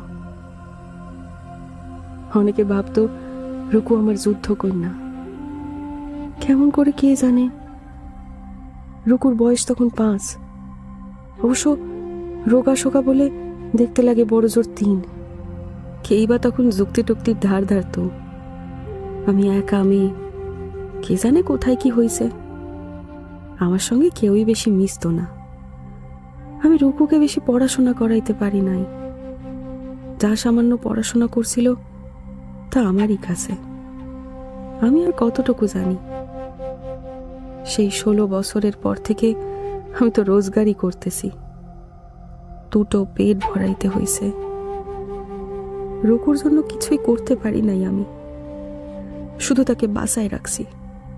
প্রতিজ্ঞা করছি যে কোনো পরিস্থিতি থেকে ওরে আমি রক্ষা করব। আমি তখন একটা কাপড়ের দোকানে কাজ করি। একদিন বাসায় ফিরে দেখি রুকু ঘরের কোণে বইসা আছে, চোখের দৃষ্টি উন্মাদের, কথা বলতে পারতেছে না। অনেক কষ্টে মুখ থেকে বার করলো, বাসা থেকে বের হয়ে সে গেছিল রাস্তার মোড়ের দোকানে মুড়ি কিনতে। ফেরার পথে হঠাৎ ইবলিশকে দেখে, আর তাকে দেখেই রুকু রাস্তায় অজ্ঞান হয়ে পড়ছিল। কোনো রকমে বাসায় ফিরে খিল দিছে। রোকসানার আতঙ্কের মাত্রা এত বেশি যে প্রথমে কথাটা আমি বিশ্বাস করতে পারি নাই। ছুটে ছুটে আমিও তো ক্লান্ত হয়ে পড়ছিলাম। সব ছেড়ে আবার বাইর হইয়া পড়তে ইচ্ছা করতেছিল না। রুকুর পর বিরক্ত হইলাম। রুকু বাইরে যাওয়া একেবারেই বন্ধ করে দিছিল, কথাও বলতো না। এর কয়দিন পর কাজে যাওয়ার সময় সামনের মণিহারি দোকানে দাঁড়ায় কি যেন কিনতেছি, শুনলাম এক অজানা লোক রিক্সাওয়ালাদের জিজ্ঞাসা করতেছে সেখানে সীমা চৌধুরী নামে কেউ থাকে কিনা। বলতেছে তার বয়স বছর 9, ফর্সা রং, ঘন কালো চুল, গালে বড় তিল। আমি ক্ষেপে উঠছিলাম। লোকটারে আর চোখে দেখে রাখলাম। এই কি রুকুর ইবলিশ? তার পরের দিনও দেখলাম লোকটা আমাদের পাড়ায় ঘুরঘুর করতেছে, তো একজনের সঙ্গে কথা বলতেছে। আমি আর রিস্ক নিতে পারি নাই। সেই রাতেই রুকু আর আমি আবার নিরুদ্দেশের পথে বাইর হইলাম। যেখানে গেলাম সেখানে রুকু কিছুদিন ভালো ছিল, কিন্তু এবার আমিই যেন সেই লোকটিকে এক ঝলক দেখলাম। দেশে থাকতে আর ভরসা লাগলো না। সন্দেহ হইল রুকুর ইবলিশ তাকে খুঁজা বেড়াইতেছে। মনে হলো দেশে থাকলে সেই ভয়ঙ্কর রাতের জের রুকুকে সারা জীবন টাইনা বাড়াইতে হইবে। গোটা দেশই বিষাক্ত হয়ে উঠল। নিরবচ্ছিন্ন নিরাপত্তা কোথাও যেন খুঁজে পাইলাম না। এরপর রুকুকে নিয়ে আমেরিকায় এলাম। সে ঘোর অসময়ের কথা আমি আর মনে করতে চাই না। আসার পর রুকু ভালোই ছিল। সেই দুঃস্বপ্ন ধীরে ধীরে কমে গেল, একসময় মিলাই গেল। আমেরিকায় এসে রুকু স্বস্তি পাইছিল, নিশ্চিন্ত হয়েছিল। এতটাই যে সে একদিন আমাকে সেই ইবলিশের কথা বলল। এতদিন তাকে শুধু ইবলিশ বলেই জানতাম, এখন জানলাম সে রুকুদেরই প্রতিবেশী ছিল। রুকু তাকে আলী চাচা ডাকত, চৌধুরী মেশোর বন্ধু। সেই ইবলিশই রুকুর সামনে মেশোর গলার নলি কেটেছিল। সেই রাতে চৌধুরী মেশোর গলায় ছুরি চালাবার মুহূর্তে রুকুর ফ্যালফ্যালে বিস্মিত চোখ তার চোখেই পড়েছিল। এদেশে থেকে রুকুর ভয়টা উধাও হয়ে গেল। ও আবার স্বপ্ন দেখা আরম্ভ করছিল, সুস্বপ্ন। স্বপ্ন দেখছিল আমেরিকার নাগরিক হবে, ভালো কাজ করবে, অনেক রোজগার করবে, হয়তো একটা সংসারও হবে। সেই জন্যই সে আপনার সাথে কথা বলছিল আপা। সেই জন্যেই আপনাদের সংস্থায় সাহায্য চাইছিল। রোয়ান্ডার নিকিকে অনুসরণ করে রুকু আসাইলাম প্রার্থনা করবে। সে যে ভয়ানক অভিজ্ঞতার মধ্যে দিয়ে গেছে, আর দেশে ফিরে গেলে তার যে জীবন সংশয় হইতে পারে, এইসবের ভিত্তিতে সরকারের কাছে আসাইলাম চাইবে বলে ঠিক করছিল। আমারেও তার স্বপ্ন থেকে বাদ দেয় নাই। কিন্তু রবিবার রাত্রে আপনাদের সম্মেলন মিটে যাওয়ার পরে অ্যাপার্টমেন্টে গিয়া দেখি সেই আগের রোকসানা ফিরে আইছে। ঘরের কোনায় বসে রুকু কাঁপতাছে, কিন্তু এবারে তার কথা বন্ধ হয় নাই। আমারে কইল, মিলিয়াপা, ইবলিশ এখানেও আইসা গেছে, আমাদের আর কোনো উপায় নাই, আবার পালাইতে হইব। আমি বিশ্বাস করি নাই। যদিও বা সে সেখানে আইসা থাকে, আমেরিকার মাটিতে আমাদের কি করতে পারে। মনে করছিলাম এবারে সত্যি রুকুর মনের ভুল হয়েছে। বিদেশে এত দূরে সেই লোকটা আসবে কেমন কইরা?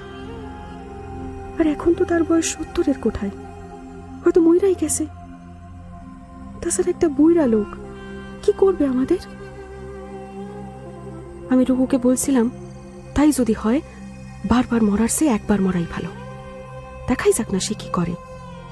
ভালোই তো, তাকে পাইলে আমাদের আসাইলামের কেস হয়তো আরো পোক্ত হইবে, আরো জোরদার হইবে। চাই কি আমেরিকান কোর্টে ইবলিশের বিরুদ্ধে আমরা যুদ্ধকালীন অত্যাচার আর মানবিক অধিকার ভঙ্গের মামলা দায়ের করতে পারি। আমি তাকে সাহস দেওয়ার জন্য সেই সব বলেছিলাম।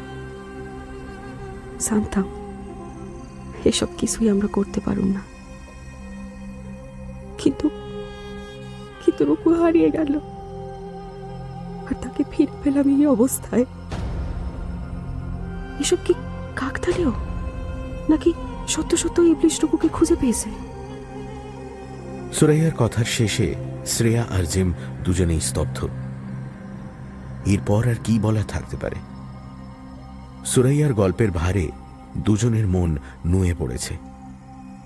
দুটি মেয়ের অসামান্য সাহসিকতা, নির্ভেজাল বাঁচার জেদ ওদের অভিভূত করছিল। একটুখানি নিশ্চয়তার আশায় এই দুটি মেয়ে কি দৃঢ় যুদ্ধ চালিয়ে যাচ্ছে। এদের হেরে যেতে দেওয়া চলে না। এদের হার হবে মানবিকতার হার। জিমের মনের মধ্যে কি ঘটছিল কে জানে। সে আশ্বাস দিল, Miss Suri, you can be assured I will do everything in my power. আমি যেমন করে পারি আপনাকে সাহায্য করব। I will try to keep you safe. Miss Rocky কি আপনাকে বলেছিলেন তিনি কোথায় ইবলিশকে দেখেছিলেন? Where did she see the devil? না, কিছুই জানি না। আমাকে কিছুই বলে নাই। I was angry with her. মনে হইতেছিল তার জন্য আবার আমাদের রাস্তায় বাইর হইতে হইব। আমি কিছু জিজ্ঞাসা করি নাই। আচ্ছা, সেই শয়তান বঙ্গ সম্মেলনে যোগ দিতে এসেছিল নাকি? আমাদের মধ্যে ছিল, আমাদের সঙ্গে একই হোটেলে থেকেছে। আপা, আমার তো তাই ধারণা। নইলে সেই সময় রুকু তাকে দেখবে কেমন কইরা? তাদেরই একজন, তাদেরই মতোই বঙ্গ সম্মেলনে এসেছে, আনন্দ করছে, আড্ডা মারছে, অথচ তার আসল পরিচয় কেউ জানে না। কেউ সেই বিশ্বাসঘাতককে চিনতে পারেনি। রক্তের দাগ ধুয়ে যায়, রক্তে রাঙা জামা কাপড় ফেলে দেওয়া যায়। হাজার মানুষের রক্ত, সে যত গাঢ়ই হোক না কেন, কারোর গায়ে 20-22 বছর লেগে থাকে না। শরীর নশ্বর, পোড়ালে তা ছাই হয়ে যায়। কিছুদিন পরে ছাইটুকুও অবশিষ্ট থাকে না। মাটির তলায় পুঁতে দিলে গোটা শরীরই মাটি হয়ে যায়। কোনো সাক্ষী থাকে না, কারোর মনে থাকে না। শুধু যাদের রক্ত ঝরল তাদের আপনজনেরই বুকের ফাঁক আর কোনোদিন ভরাট হয় না। শুধু তারাই মনে রাখে। তাদের মনে রক্তের দাগ স্থায়ী হয়ে ওঠে। সেই রক্তের শিকল তাদের জড়িয়ে বাঁধে। স্মৃতির সেই কঠিন ফাঁদ ছিঁড়ে সহজে বের হওয়া যায় না। Can you find out something for me? সেদিন মিস রকি যেসব ঘর পরিষ্কার করেছিলেন তার একটা লিস্ট আমাকে জোগাড় করে দিতে পারবেন? আমেরিকার সব হোটেল অতিথিদের নাম ঠিকানাই শুধু নেয় না, তাদের ড্রাইভিং লাইসেন্স ও ক্রেডিট কার্ডের তথ্য জমিয়ে রাখে। পুলিশি জীবনে অতি সহজেই এসব তথ্য জিম বের করে ফেলতে পারত। কাজ ছেড়ে দেওয়ার ফলে সুবিধেগুলো অনেক সীমিত হয়ে গেছে। তবু সেই সময় যেসব সম্পর্ক গড়ে উঠেছিল তার সুযোগ নিয়ে হোটেলের রিসেপশন ডেস্ক থেকে একটা গেস্ট লিস্ট সে বের করে ফেলল। বিশাল তালিকা, 14-15 হাজার নাম। সেই তালিকা থেকে প্রতিটি মানুষের ব্যাকগ্রাউন্ড চেক করা শুধু সময় সাপেক্ষ ব্যাপার নয়, প্রায় অসম্ভব। হাতে অত সময় বা রিসোর্স দুটোর কোনোটাই নেই। জিম কাজ আরম্ভ করল। প্রথমে বাদ গেল আমেরিকান বা ইউরোপিয়ান নামগুলো। এরপর শ্রেয়ার সাহায্যে চীনা, ভারতীয়, বাঙালি অভিবাসীদের নাম বাদ দিল। কিন্তু শয়তানটা যদি এদেশে এসেই থাকে, তাহলে নাম পাল্টে ভারতীয় বা হিন্দু বলে পরিচয় দেওয়া কি এমন কঠিন কাজ? সে চান্স কম। That is too difficult to achieve. Passport এবং আমেরিকার ভিসা যথেষ্ট খোঁজ খবর করে দেওয়া হয়। এত সহজে নাগরিকত্ব বা নিজের পারিবারিক পরিচয় বদলে দেওয়া যায় না। বাদ গেল বাংলাদেশি মহিলা অভিবাসীরা। সুরাইয়া আর তার সঙ্গীদের সাহায্য নিয়ে জিম এগোল। সব নাম ছেঁকে শেষে 5টি লোককে তার সন্দেহজনক মনে হলো। কিন্তু খুঁটিয়ে তল্লাশি চালিয়ে মনে হলো তারা সকলেই বেকসুর। 3 জনের বয়স কম। একজন জন্মেছে বাংলাদেশের স্বাধীন মাটিতে, অন্য 2 জনের বয়স মুক্তিযুদ্ধের সময় 7 বা 8 বছর ছিল। এরা হতে পারে না। বাকি রইল আর 2 জন। একজনের পরিবার নিউ ইয়র্কে থাকে, কিন্তু তিনি কাজ করেন ডেট্রয়েটে। কন্ট্রাক্টের কাজ। অফিসের হয়ে প্রতি সোমবার ফ্লাইট ধরে ডেট্রয়েট যান আর শুক্রবার সন্ধ্যায় ফেরেন। ভদ্রলোকের বয়স 40-এর এদিক ওদিক। আমেরিকায় MBA করে চাকরি করছেন। বয়সের হিসেবে মুক্তিযুদ্ধের সময় ভদ্রলোক টিনেজার ছিলেন। সেই বা কি করে রোকসানার পাশের বাড়ির চাচা হয়। 5ম ব্যক্তি আলম সাহেব। আলম ভাই হতে পারেন না। ওকে আমি চিনি বহুদিন। বাঙালি কমিউনিটির একজন শ্রদ্ধেয় মানুষ তিনি। বাংলা ভাষা ভালোবাসেন, আর কি পাণ্ডিত্য। ওকে সন্দেহ করছো? ভেবে দেখো রিয়া, ওর বয়স, ব্যাকগ্রাউন্ড সবই ম্যাচ করছে। তুমি তাকে বিশ্বাস করো ঠিকই, কিন্তু ওর জীবন সম্পর্কে তুমি কতটুকু জানো? আমি বলছি আলম ভাই সেই শয়তান হতে পারে না। এত নির্দোষের রক্ত তার হাতে লেগেছে, আমি মানতে পারবো না। ঠিক আছে, ঠিক আছে, তোমাকে এর মধ্যে ইনভলভ হতে হবে না। যা করবার আমি করব। তুমি একা করবে? এই আমাদের কমিউনিটির ব্যাপার। না না না না, এটা পুলিশের ব্যাপার। আমাকে আমার কাজ করতে দাও। আমি মানে রিয়া, সঠিক তদন্তের প্রাথমিক পদক্ষেপ হচ্ছে নিজের আবেগ বা পূর্ব নির্ধারিত বিশ্বাসগুলোকে বাদ দেওয়া। তদন্তের মূল লক্ষ্য হলো তথ্যের হাতে নিজেকে সঁপে দেওয়া, তথ্যের হাত ধরে হাঁটা। সঠিক তথ্যই শেষমেশ সমাধানে পৌঁছে দেবে। I want you to learn it the right way. Alam ভাই অনেক সময় কোর্টে দোভাষী হিসেবে কাজ করেন, সেখানে তো অনেক চেক করার পর কাজের অনুমতি মেলে। তাতেও তোমার সন্দেহ যাচ্ছে না? না না না, যাচ্ছে না, যাচ্ছে না। I have to check it myself.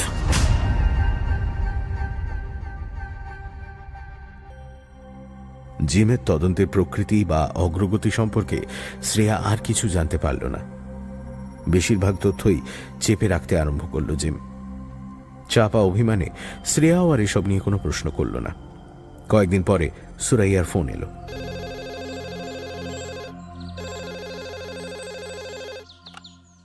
Roksana এখন অনেকটা সাইরা উঠছে আপা, আমিও কাজে ফিরা যাইতে পারছি। রুকুর জন্য দোয়া করেন। জিম ভাইকে একটু খবর পাঠাই দেবেন আপা? ঠিক আছে, জানিয়ে দেব। কদিন বাদই জিমের ফোন এলো। আমি কি মিস রোকসানার সঙ্গে একবার কথা বলতে পারি? কথা দিচ্ছি আমি ওকে বেশি বিরক্ত করব না। আমার সঙ্গে আসবে? তোমাকে ওরা বিশ্বাস করে। এখন কেন আমাকে দরকার? আমি তো তদন্তের কিছুই জানি না। কি রাগ করেছো? এসো, আইসক্রিম খাবো। ধ্যাত। আচ্ছা ঠিক আছে, যাব। তবে সুরাইয়াকে ফোন করতে হবে। Let me call her. Roksana অনেকটা ভালো আছে নিঃসন্দেহে, কিন্তু তার মধ্যে এক বিরাট পরিবর্তন আজ করতে খুব বেশি চেষ্টা করতে হলো না। রোকসানা পাল্টে গেছে। কি এক নিস্তব্ধতা ওকে সম্পূর্ণভাবে গ্রাস করেছে। সামান্য দু এক কথায় কুশল সংবাদ নিয়ে যে মোর আসল জিজ্ঞাসে গেল। মিস রোকসানা, আপনি কি সেই মানুষটিকে যাকে আপনি ডেভিল বলেন তাকে আইডেন্টিফাই করতে পারবেন? সে কেমন দেখতে, কত বয়স, কত লম্বা, গায়ের রং কেমন, ইত্যাদি যা হয় আর কি, যতটা পারেন সেটাই আমায় বলুন। Try to remember as much as you can. Roksana কোনো কথা বলে না, বিভ্রান্ত দৃষ্টিতে তাকিয়ে থাকে জিমের দিকে। আমি একজন পুলিশ আর্টিস্টকে আনতে চাই। She will help you remember. অতি মনোযোগ দিয়ে তাকিয়েছিল বলে রোকসানার সামান্য মাথা নাড়া শ্রেয়া চোখে পড়ল। জিম মোটামুটি সবকিছু ঠিক করেই রেখেছিল। কিছুক্ষণের মধ্যেই পুলিশ আর্টিস্ট সিলভিয়া মারিনো এসে পড়ল। সিলভিয়ার কর্মপদ্ধতি ভারী সুন্দর। প্রথমে সে বেশ কিছুক্ষণ সময় ব্যয় করল রোকসানার সঙ্গে সমঝোতা গড়ে তুলতে। দুজনেই নিচু গলায় আন্তরিকভাবে কথা বলল, কফি খেল। ওদের হাবভাব দেখে ধরে নেওয়া যায় আজ সারাদিনই যাবে ছবি আঁকতে।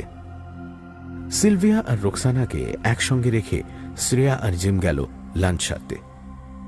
সুরাইয়া যেন অনেকটা নিশ্চিন্ত।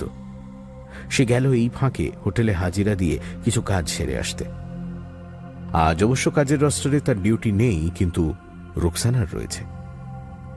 রোকসানার কাজের দায়িত্ব সুরাইয়া এখনো পালন করে চলেছে। ঠিক হলো বিকেল 4টে নাগাদ সকলে একজোট হবে তাজমহল হোটেলের বেসমেন্টে হিটিং কুলিং রুমে। তার আগেই ছবিটা সম্পূর্ণ হয়ে গেলে জিমকে ফোনে জানাবে সিলভিয়া।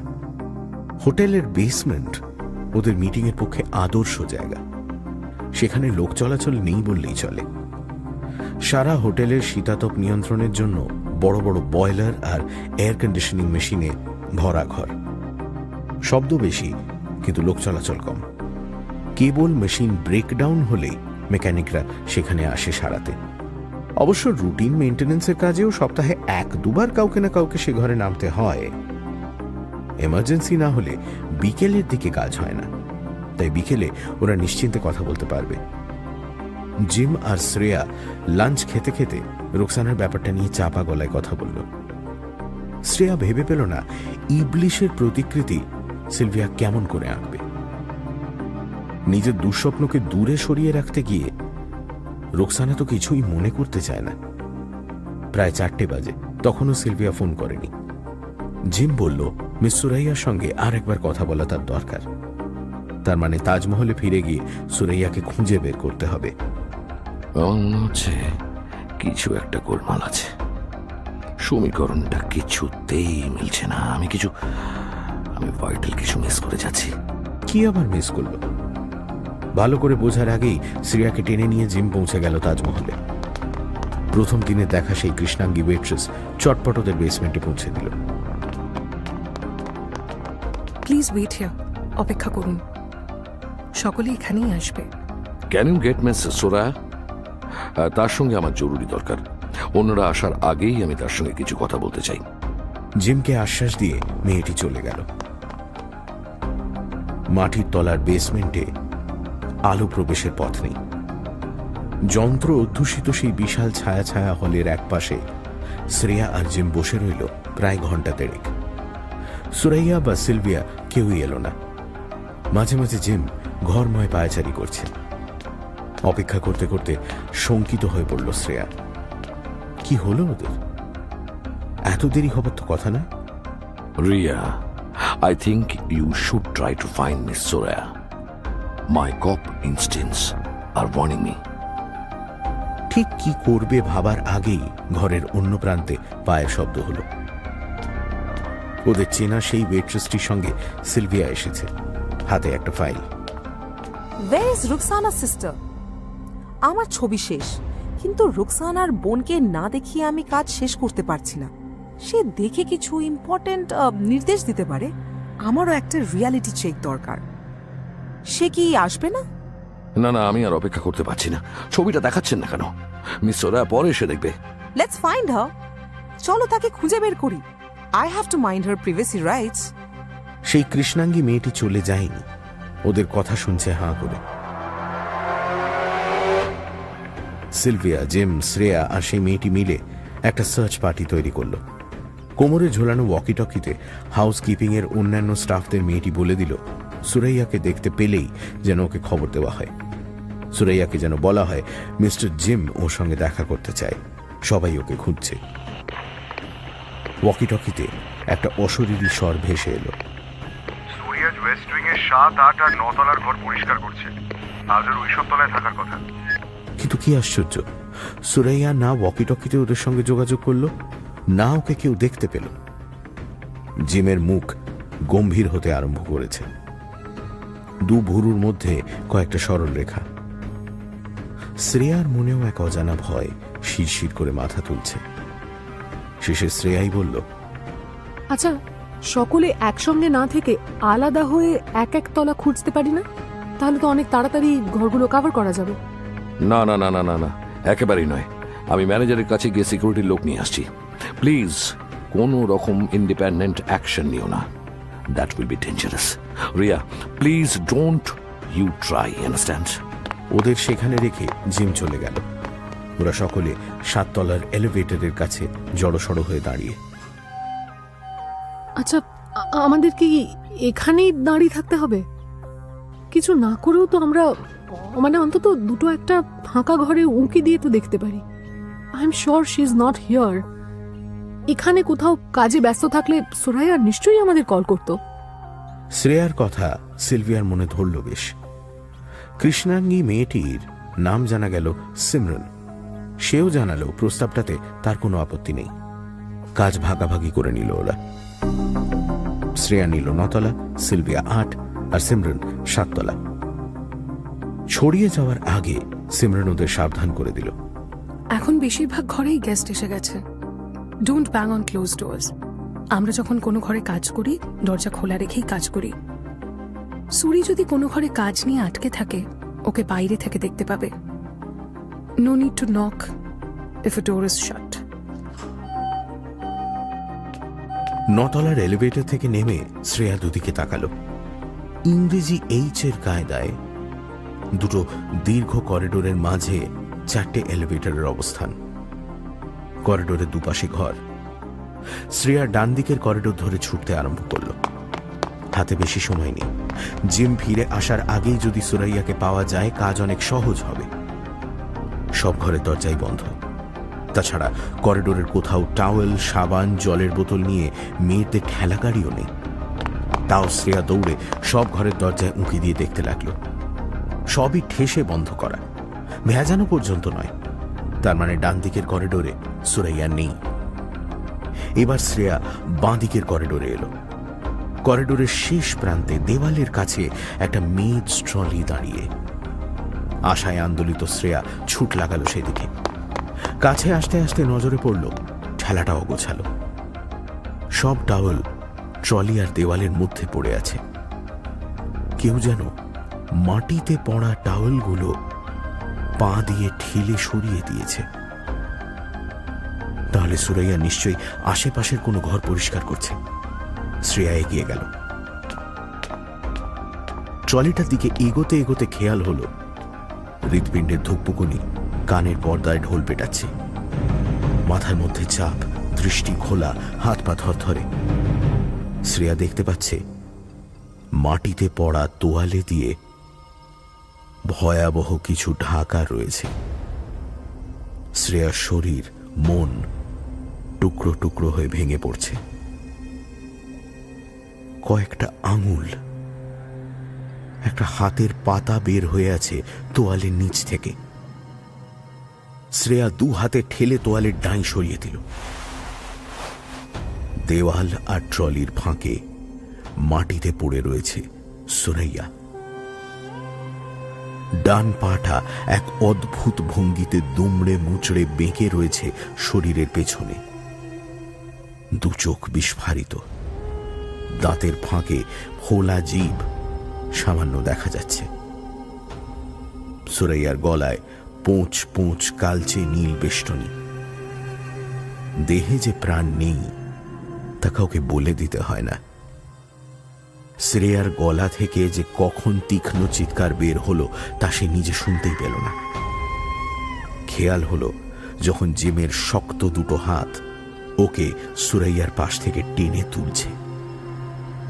ওকে জড়িয়ে ধরে সিলভিয়া সরিয়ে নিয়ে গেল আরো দূরে। হোটেলের সিকিউরিটি পুলিশ ততক্ষণে এসে পড়েছে। লোকাল পুলিশও এসে গেল। জিমের কর্মজীবনের কলিগরা ওর চারদিকে ঘিরে কথা বলছে। হোটেলেরই এক ফাঁকা ঘরে বসে আছে শ্রেয়া, সিলভিয়া আর রোকসানা। রোকসানা কখন এসেছে শ্রেয়া জানে না। প্রাথমিক জিজ্ঞাসাবাদ হয়েছে, পরে আরো বিশদ প্রশ্ন আসবে। ঘটনার আবর্ত সকলকে হতবাক করে ফেলেছে। শুধু রোকসানার শুকনো চোখ দুটো জ্বলছে আগুনের মতো। সে কাঁদছে না, কোনো হাহুতাশ নেই, কিন্তু এক অজানা প্রতিজ্ঞা ওর মুখের পেশিতে ফুটে উঠেছে।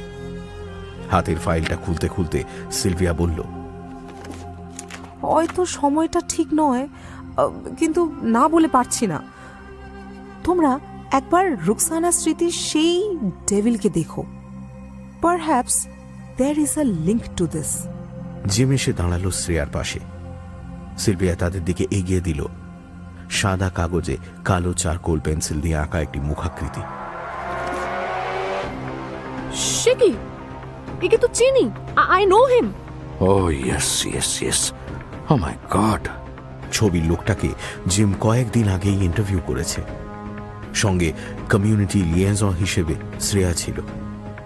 এই ভদ্রলোকই তো নিউ ইয়র্কে থাকেন, কিন্তু কাজ করেন ডেট্রয়েটে। কি যেন তার নাম? হ্যাঁ, জামাল আলী মন্টু। জিমের চোয়াল লোহার মতো শক্ত। রোকসানার দিকে তাকিয়ে সে জিজ্ঞেস করল, Miss, are you sure this is the man? এই আপনার ইবলিশ? প্লিজ টেক ইউর টাইম, তাড়াহুড়ো করো না। This is very important. এই মুখ চিনতে আমার কোনদিন ভুল হইব না। এই মুখ আমি ভুলতে পারি না। হিরে সেই লোক। হতে পারে না, হতে পারে না। এই লোকটার বয়স তো 40-এর নিচে। সিলভিয়ার হাত থেকে ছবিটা প্রায় কেড়ে নিয়ে জিম ছুটে গেল তাজমহলের ফ্রন্ট ডেস্কে। Find this man. এ যেন হোটেল ছেড়ে চলে না যায়। We want him for questioning. Front ডেস্কের কম বয়সী মেয়েটা জিমের ব্যস্ততা দেখে ঘাবড়ে গেল। ইয়েস অফকোর্স, পুলিশ তো এসেই হোটেলের সব গেস্টকে আটকে রাখতে বলেছে। এই লোকটা এখনো চেক আউট করেনি, কেউ এখনো হোটেল ছেড়ে যায়নি। We will get him to you. Main gate ছাড়া আমরা আর সব সাইড গেট লক করে দিয়েছি। বলতে বলতেই মেয়েটির ওয়াকি টকিতে সিকিউরিটি অফিসারের গলা ভেসে এলো। পেছনের দরজা দিয়ে নাকি একজন গেস্ট বের হতে চেষ্টা করেছিল। বাধা দেওয়ায় তিনি জোর জবরদস্তি করে বেরিয়ে যেতে চাইছেন, চেঁচামেচি করছেন। সিকিউরিটি তাকে অ্যারেস্ট করেছে। জিম ছুটে গেল সেদিকে। তাজমহল থেকে পালাতে গিয়ে সিকিউরিটির কাছে ধরা পড়ল জামাল আলী মন্টু। নিউ ইয়র্কের এই লোকটিকেই জিম জিজ্ঞাসাবাদ করেছিল। শ্রেয়া আর জিম যখন তার সামনে গেল, আলী সাহেব চিৎকার বন্ধ করেছেন, কিন্তু তখনও রাগে ফোঁসফোঁস করছেন। Why are you here? Why not? বঙ্গ সম্মেলনের সময় এখানে এসে বড় ভালো লেগেছিল। ঠিক করেছিলাম যদি কোনোদিন সুযোগ পাই আরেকবার ফিরে আসব। চলে এলাম একাই। এখানে এসে যে এই বিপদে পড়তে হবে তা ভাবিনি। আমাকে ঝঞ্ঝাটে জড়াচ্ছেন কেন? আমি বাঙালি ইমিগ্রেন্ট বলে। This is pure racism. আচ্ছা, আপনি কি মৃত মহিলাকে চিনতেন? Maybe from your country? No, কখনোই নয়। আমি তাকে কোনোদিনও দেখিনি।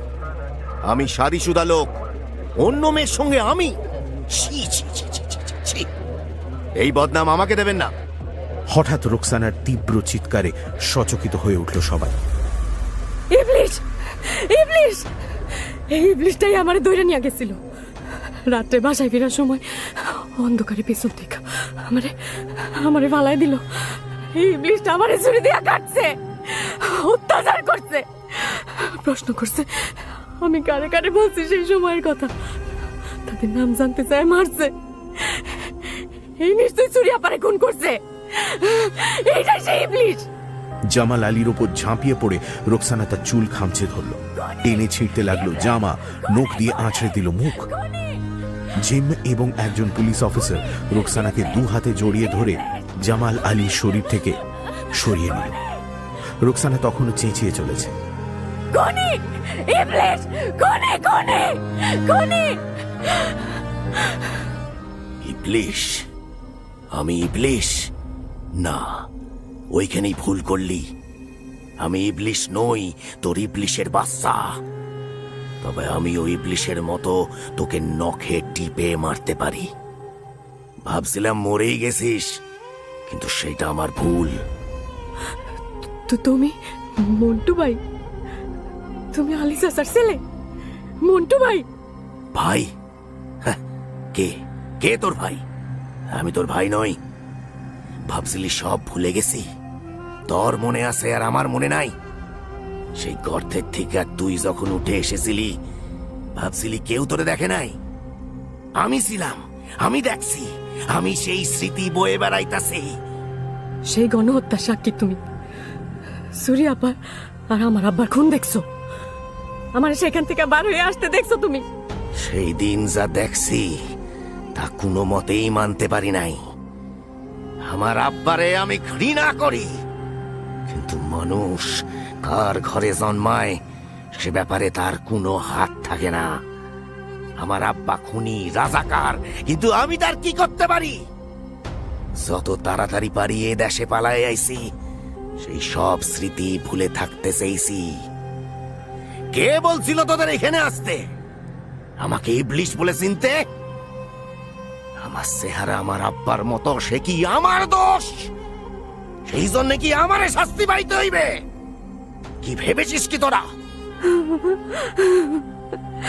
কিন্তু আমি তো তোমার কিছু বলি নাই মন্টু ভাই। আমারে বলিস নাই? আমার আব্বার কুকীর্তির প্রচার করে থুতু সেটাইবি আর আমার গায়ে তার সিটা লাগবো না? এত বছর ধইরা কষ্ট কইরা যে জীবন আমি গড়ছি, এক সামান্য রাস্তার মেয়ের জন্য আমি তা নষ্ট হতে দিব?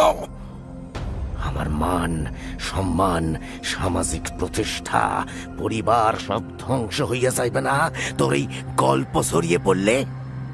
লোকে আমারে সাইডা দিবে ভাবছিস? নিজেরে বাঁচাতে আমি লড়াই করব না? কিন্তু আপনি রোকসানাকে চিনলেন কেমন করে? তাকে তো আপনি খুবই ছোট দেখেছেন। ওর বাগালের বড় কালো তিল। ছেলেবেলায় আমি ওরে খেপাতাম গালে ডাঁশ বসছে বলে। সেটা যাবে কোথায়? অবশ্য তখন সীমা ছিল। বঙ্গ সম্মেলনে আমারে এক লহমা দেখা মুখ ফসকে বইলে ফেলাইলো ইবলিশ। আমার চেহারায় আমার আব্বারে দেখছিল, আর আমি চিনছিলাম সীমার গালের তিল। সুরি আপারে তুমি মারলা কেন মন্টু ভাই? সে সে আমার দোষ নয়। আজ তো তোর কাজ করার কথা। আমি কারোর ক্ষতি করতে চাই নাই, শুধু নিজে বাঁচতে চেয়েছি,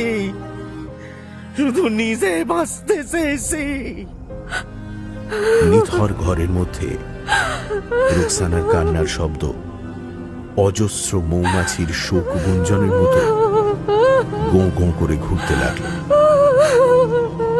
জামাল আলী মন্টুর হাত দুটি পেছনে মুড়ে হাত কড়া লাগাতে লাগাতে ওশান কাউন্টি পুলিশ অফিসার বলল, Mr. Ali, you are under arrest for murder. You have the right to remain silent. Anything you say can and will be used against you in a court of law. You have the right to an attorney.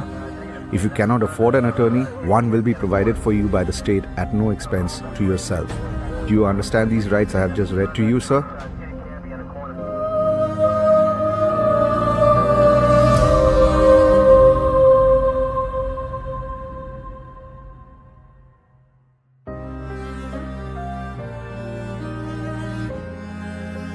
Sunday সাসপেন্সে আজ শুনলেন সৌমিতা দাস দাশগুপ্তর গল্প মৌমাছির শোক। অমিতের চরিত্রে দীপ বসু, জামাল আলী মন্টু, অংশুমান পাল, gym Rajib Chatterjee, মেয়ে Susmita, front desk কর্মী Neha, police Richard, hotel security অগ্নি, সিলভিয়া শেলি, ওল্যান্ডা মধুরিমা, শ্রেয়ার চরিত্রে দেবী, সুরাইয়া এবং নিকির চরিত্রে গোধূলি এবং রোকসানার চরিত্রে রাফিয়াত রশিদ মিথিলা। গল্পের সূত্রধার, গল্প পাঠে এবং পর্ব পরিচালনায় আমি দীপ। ধ্বনি পরিকল্পনা এবং আবহ সঙ্গীত প্রদ্যুৎ চট্টোপাধ্যায়। শব্দগ্রহণ পুষ্পল। গোধূলির ভাষা প্রশিক্ষক Shreshtha Sarkar. Poster design join the dots. শেষ হল সৌমিতা দাস দাশগুপ্তর গল্প মৌমাছির শোক। সামনের সপ্তাহে আরও একটি রোমাঞ্চকর গল্প নিয়ে হাজির হবে সানডে সাসপেন্স।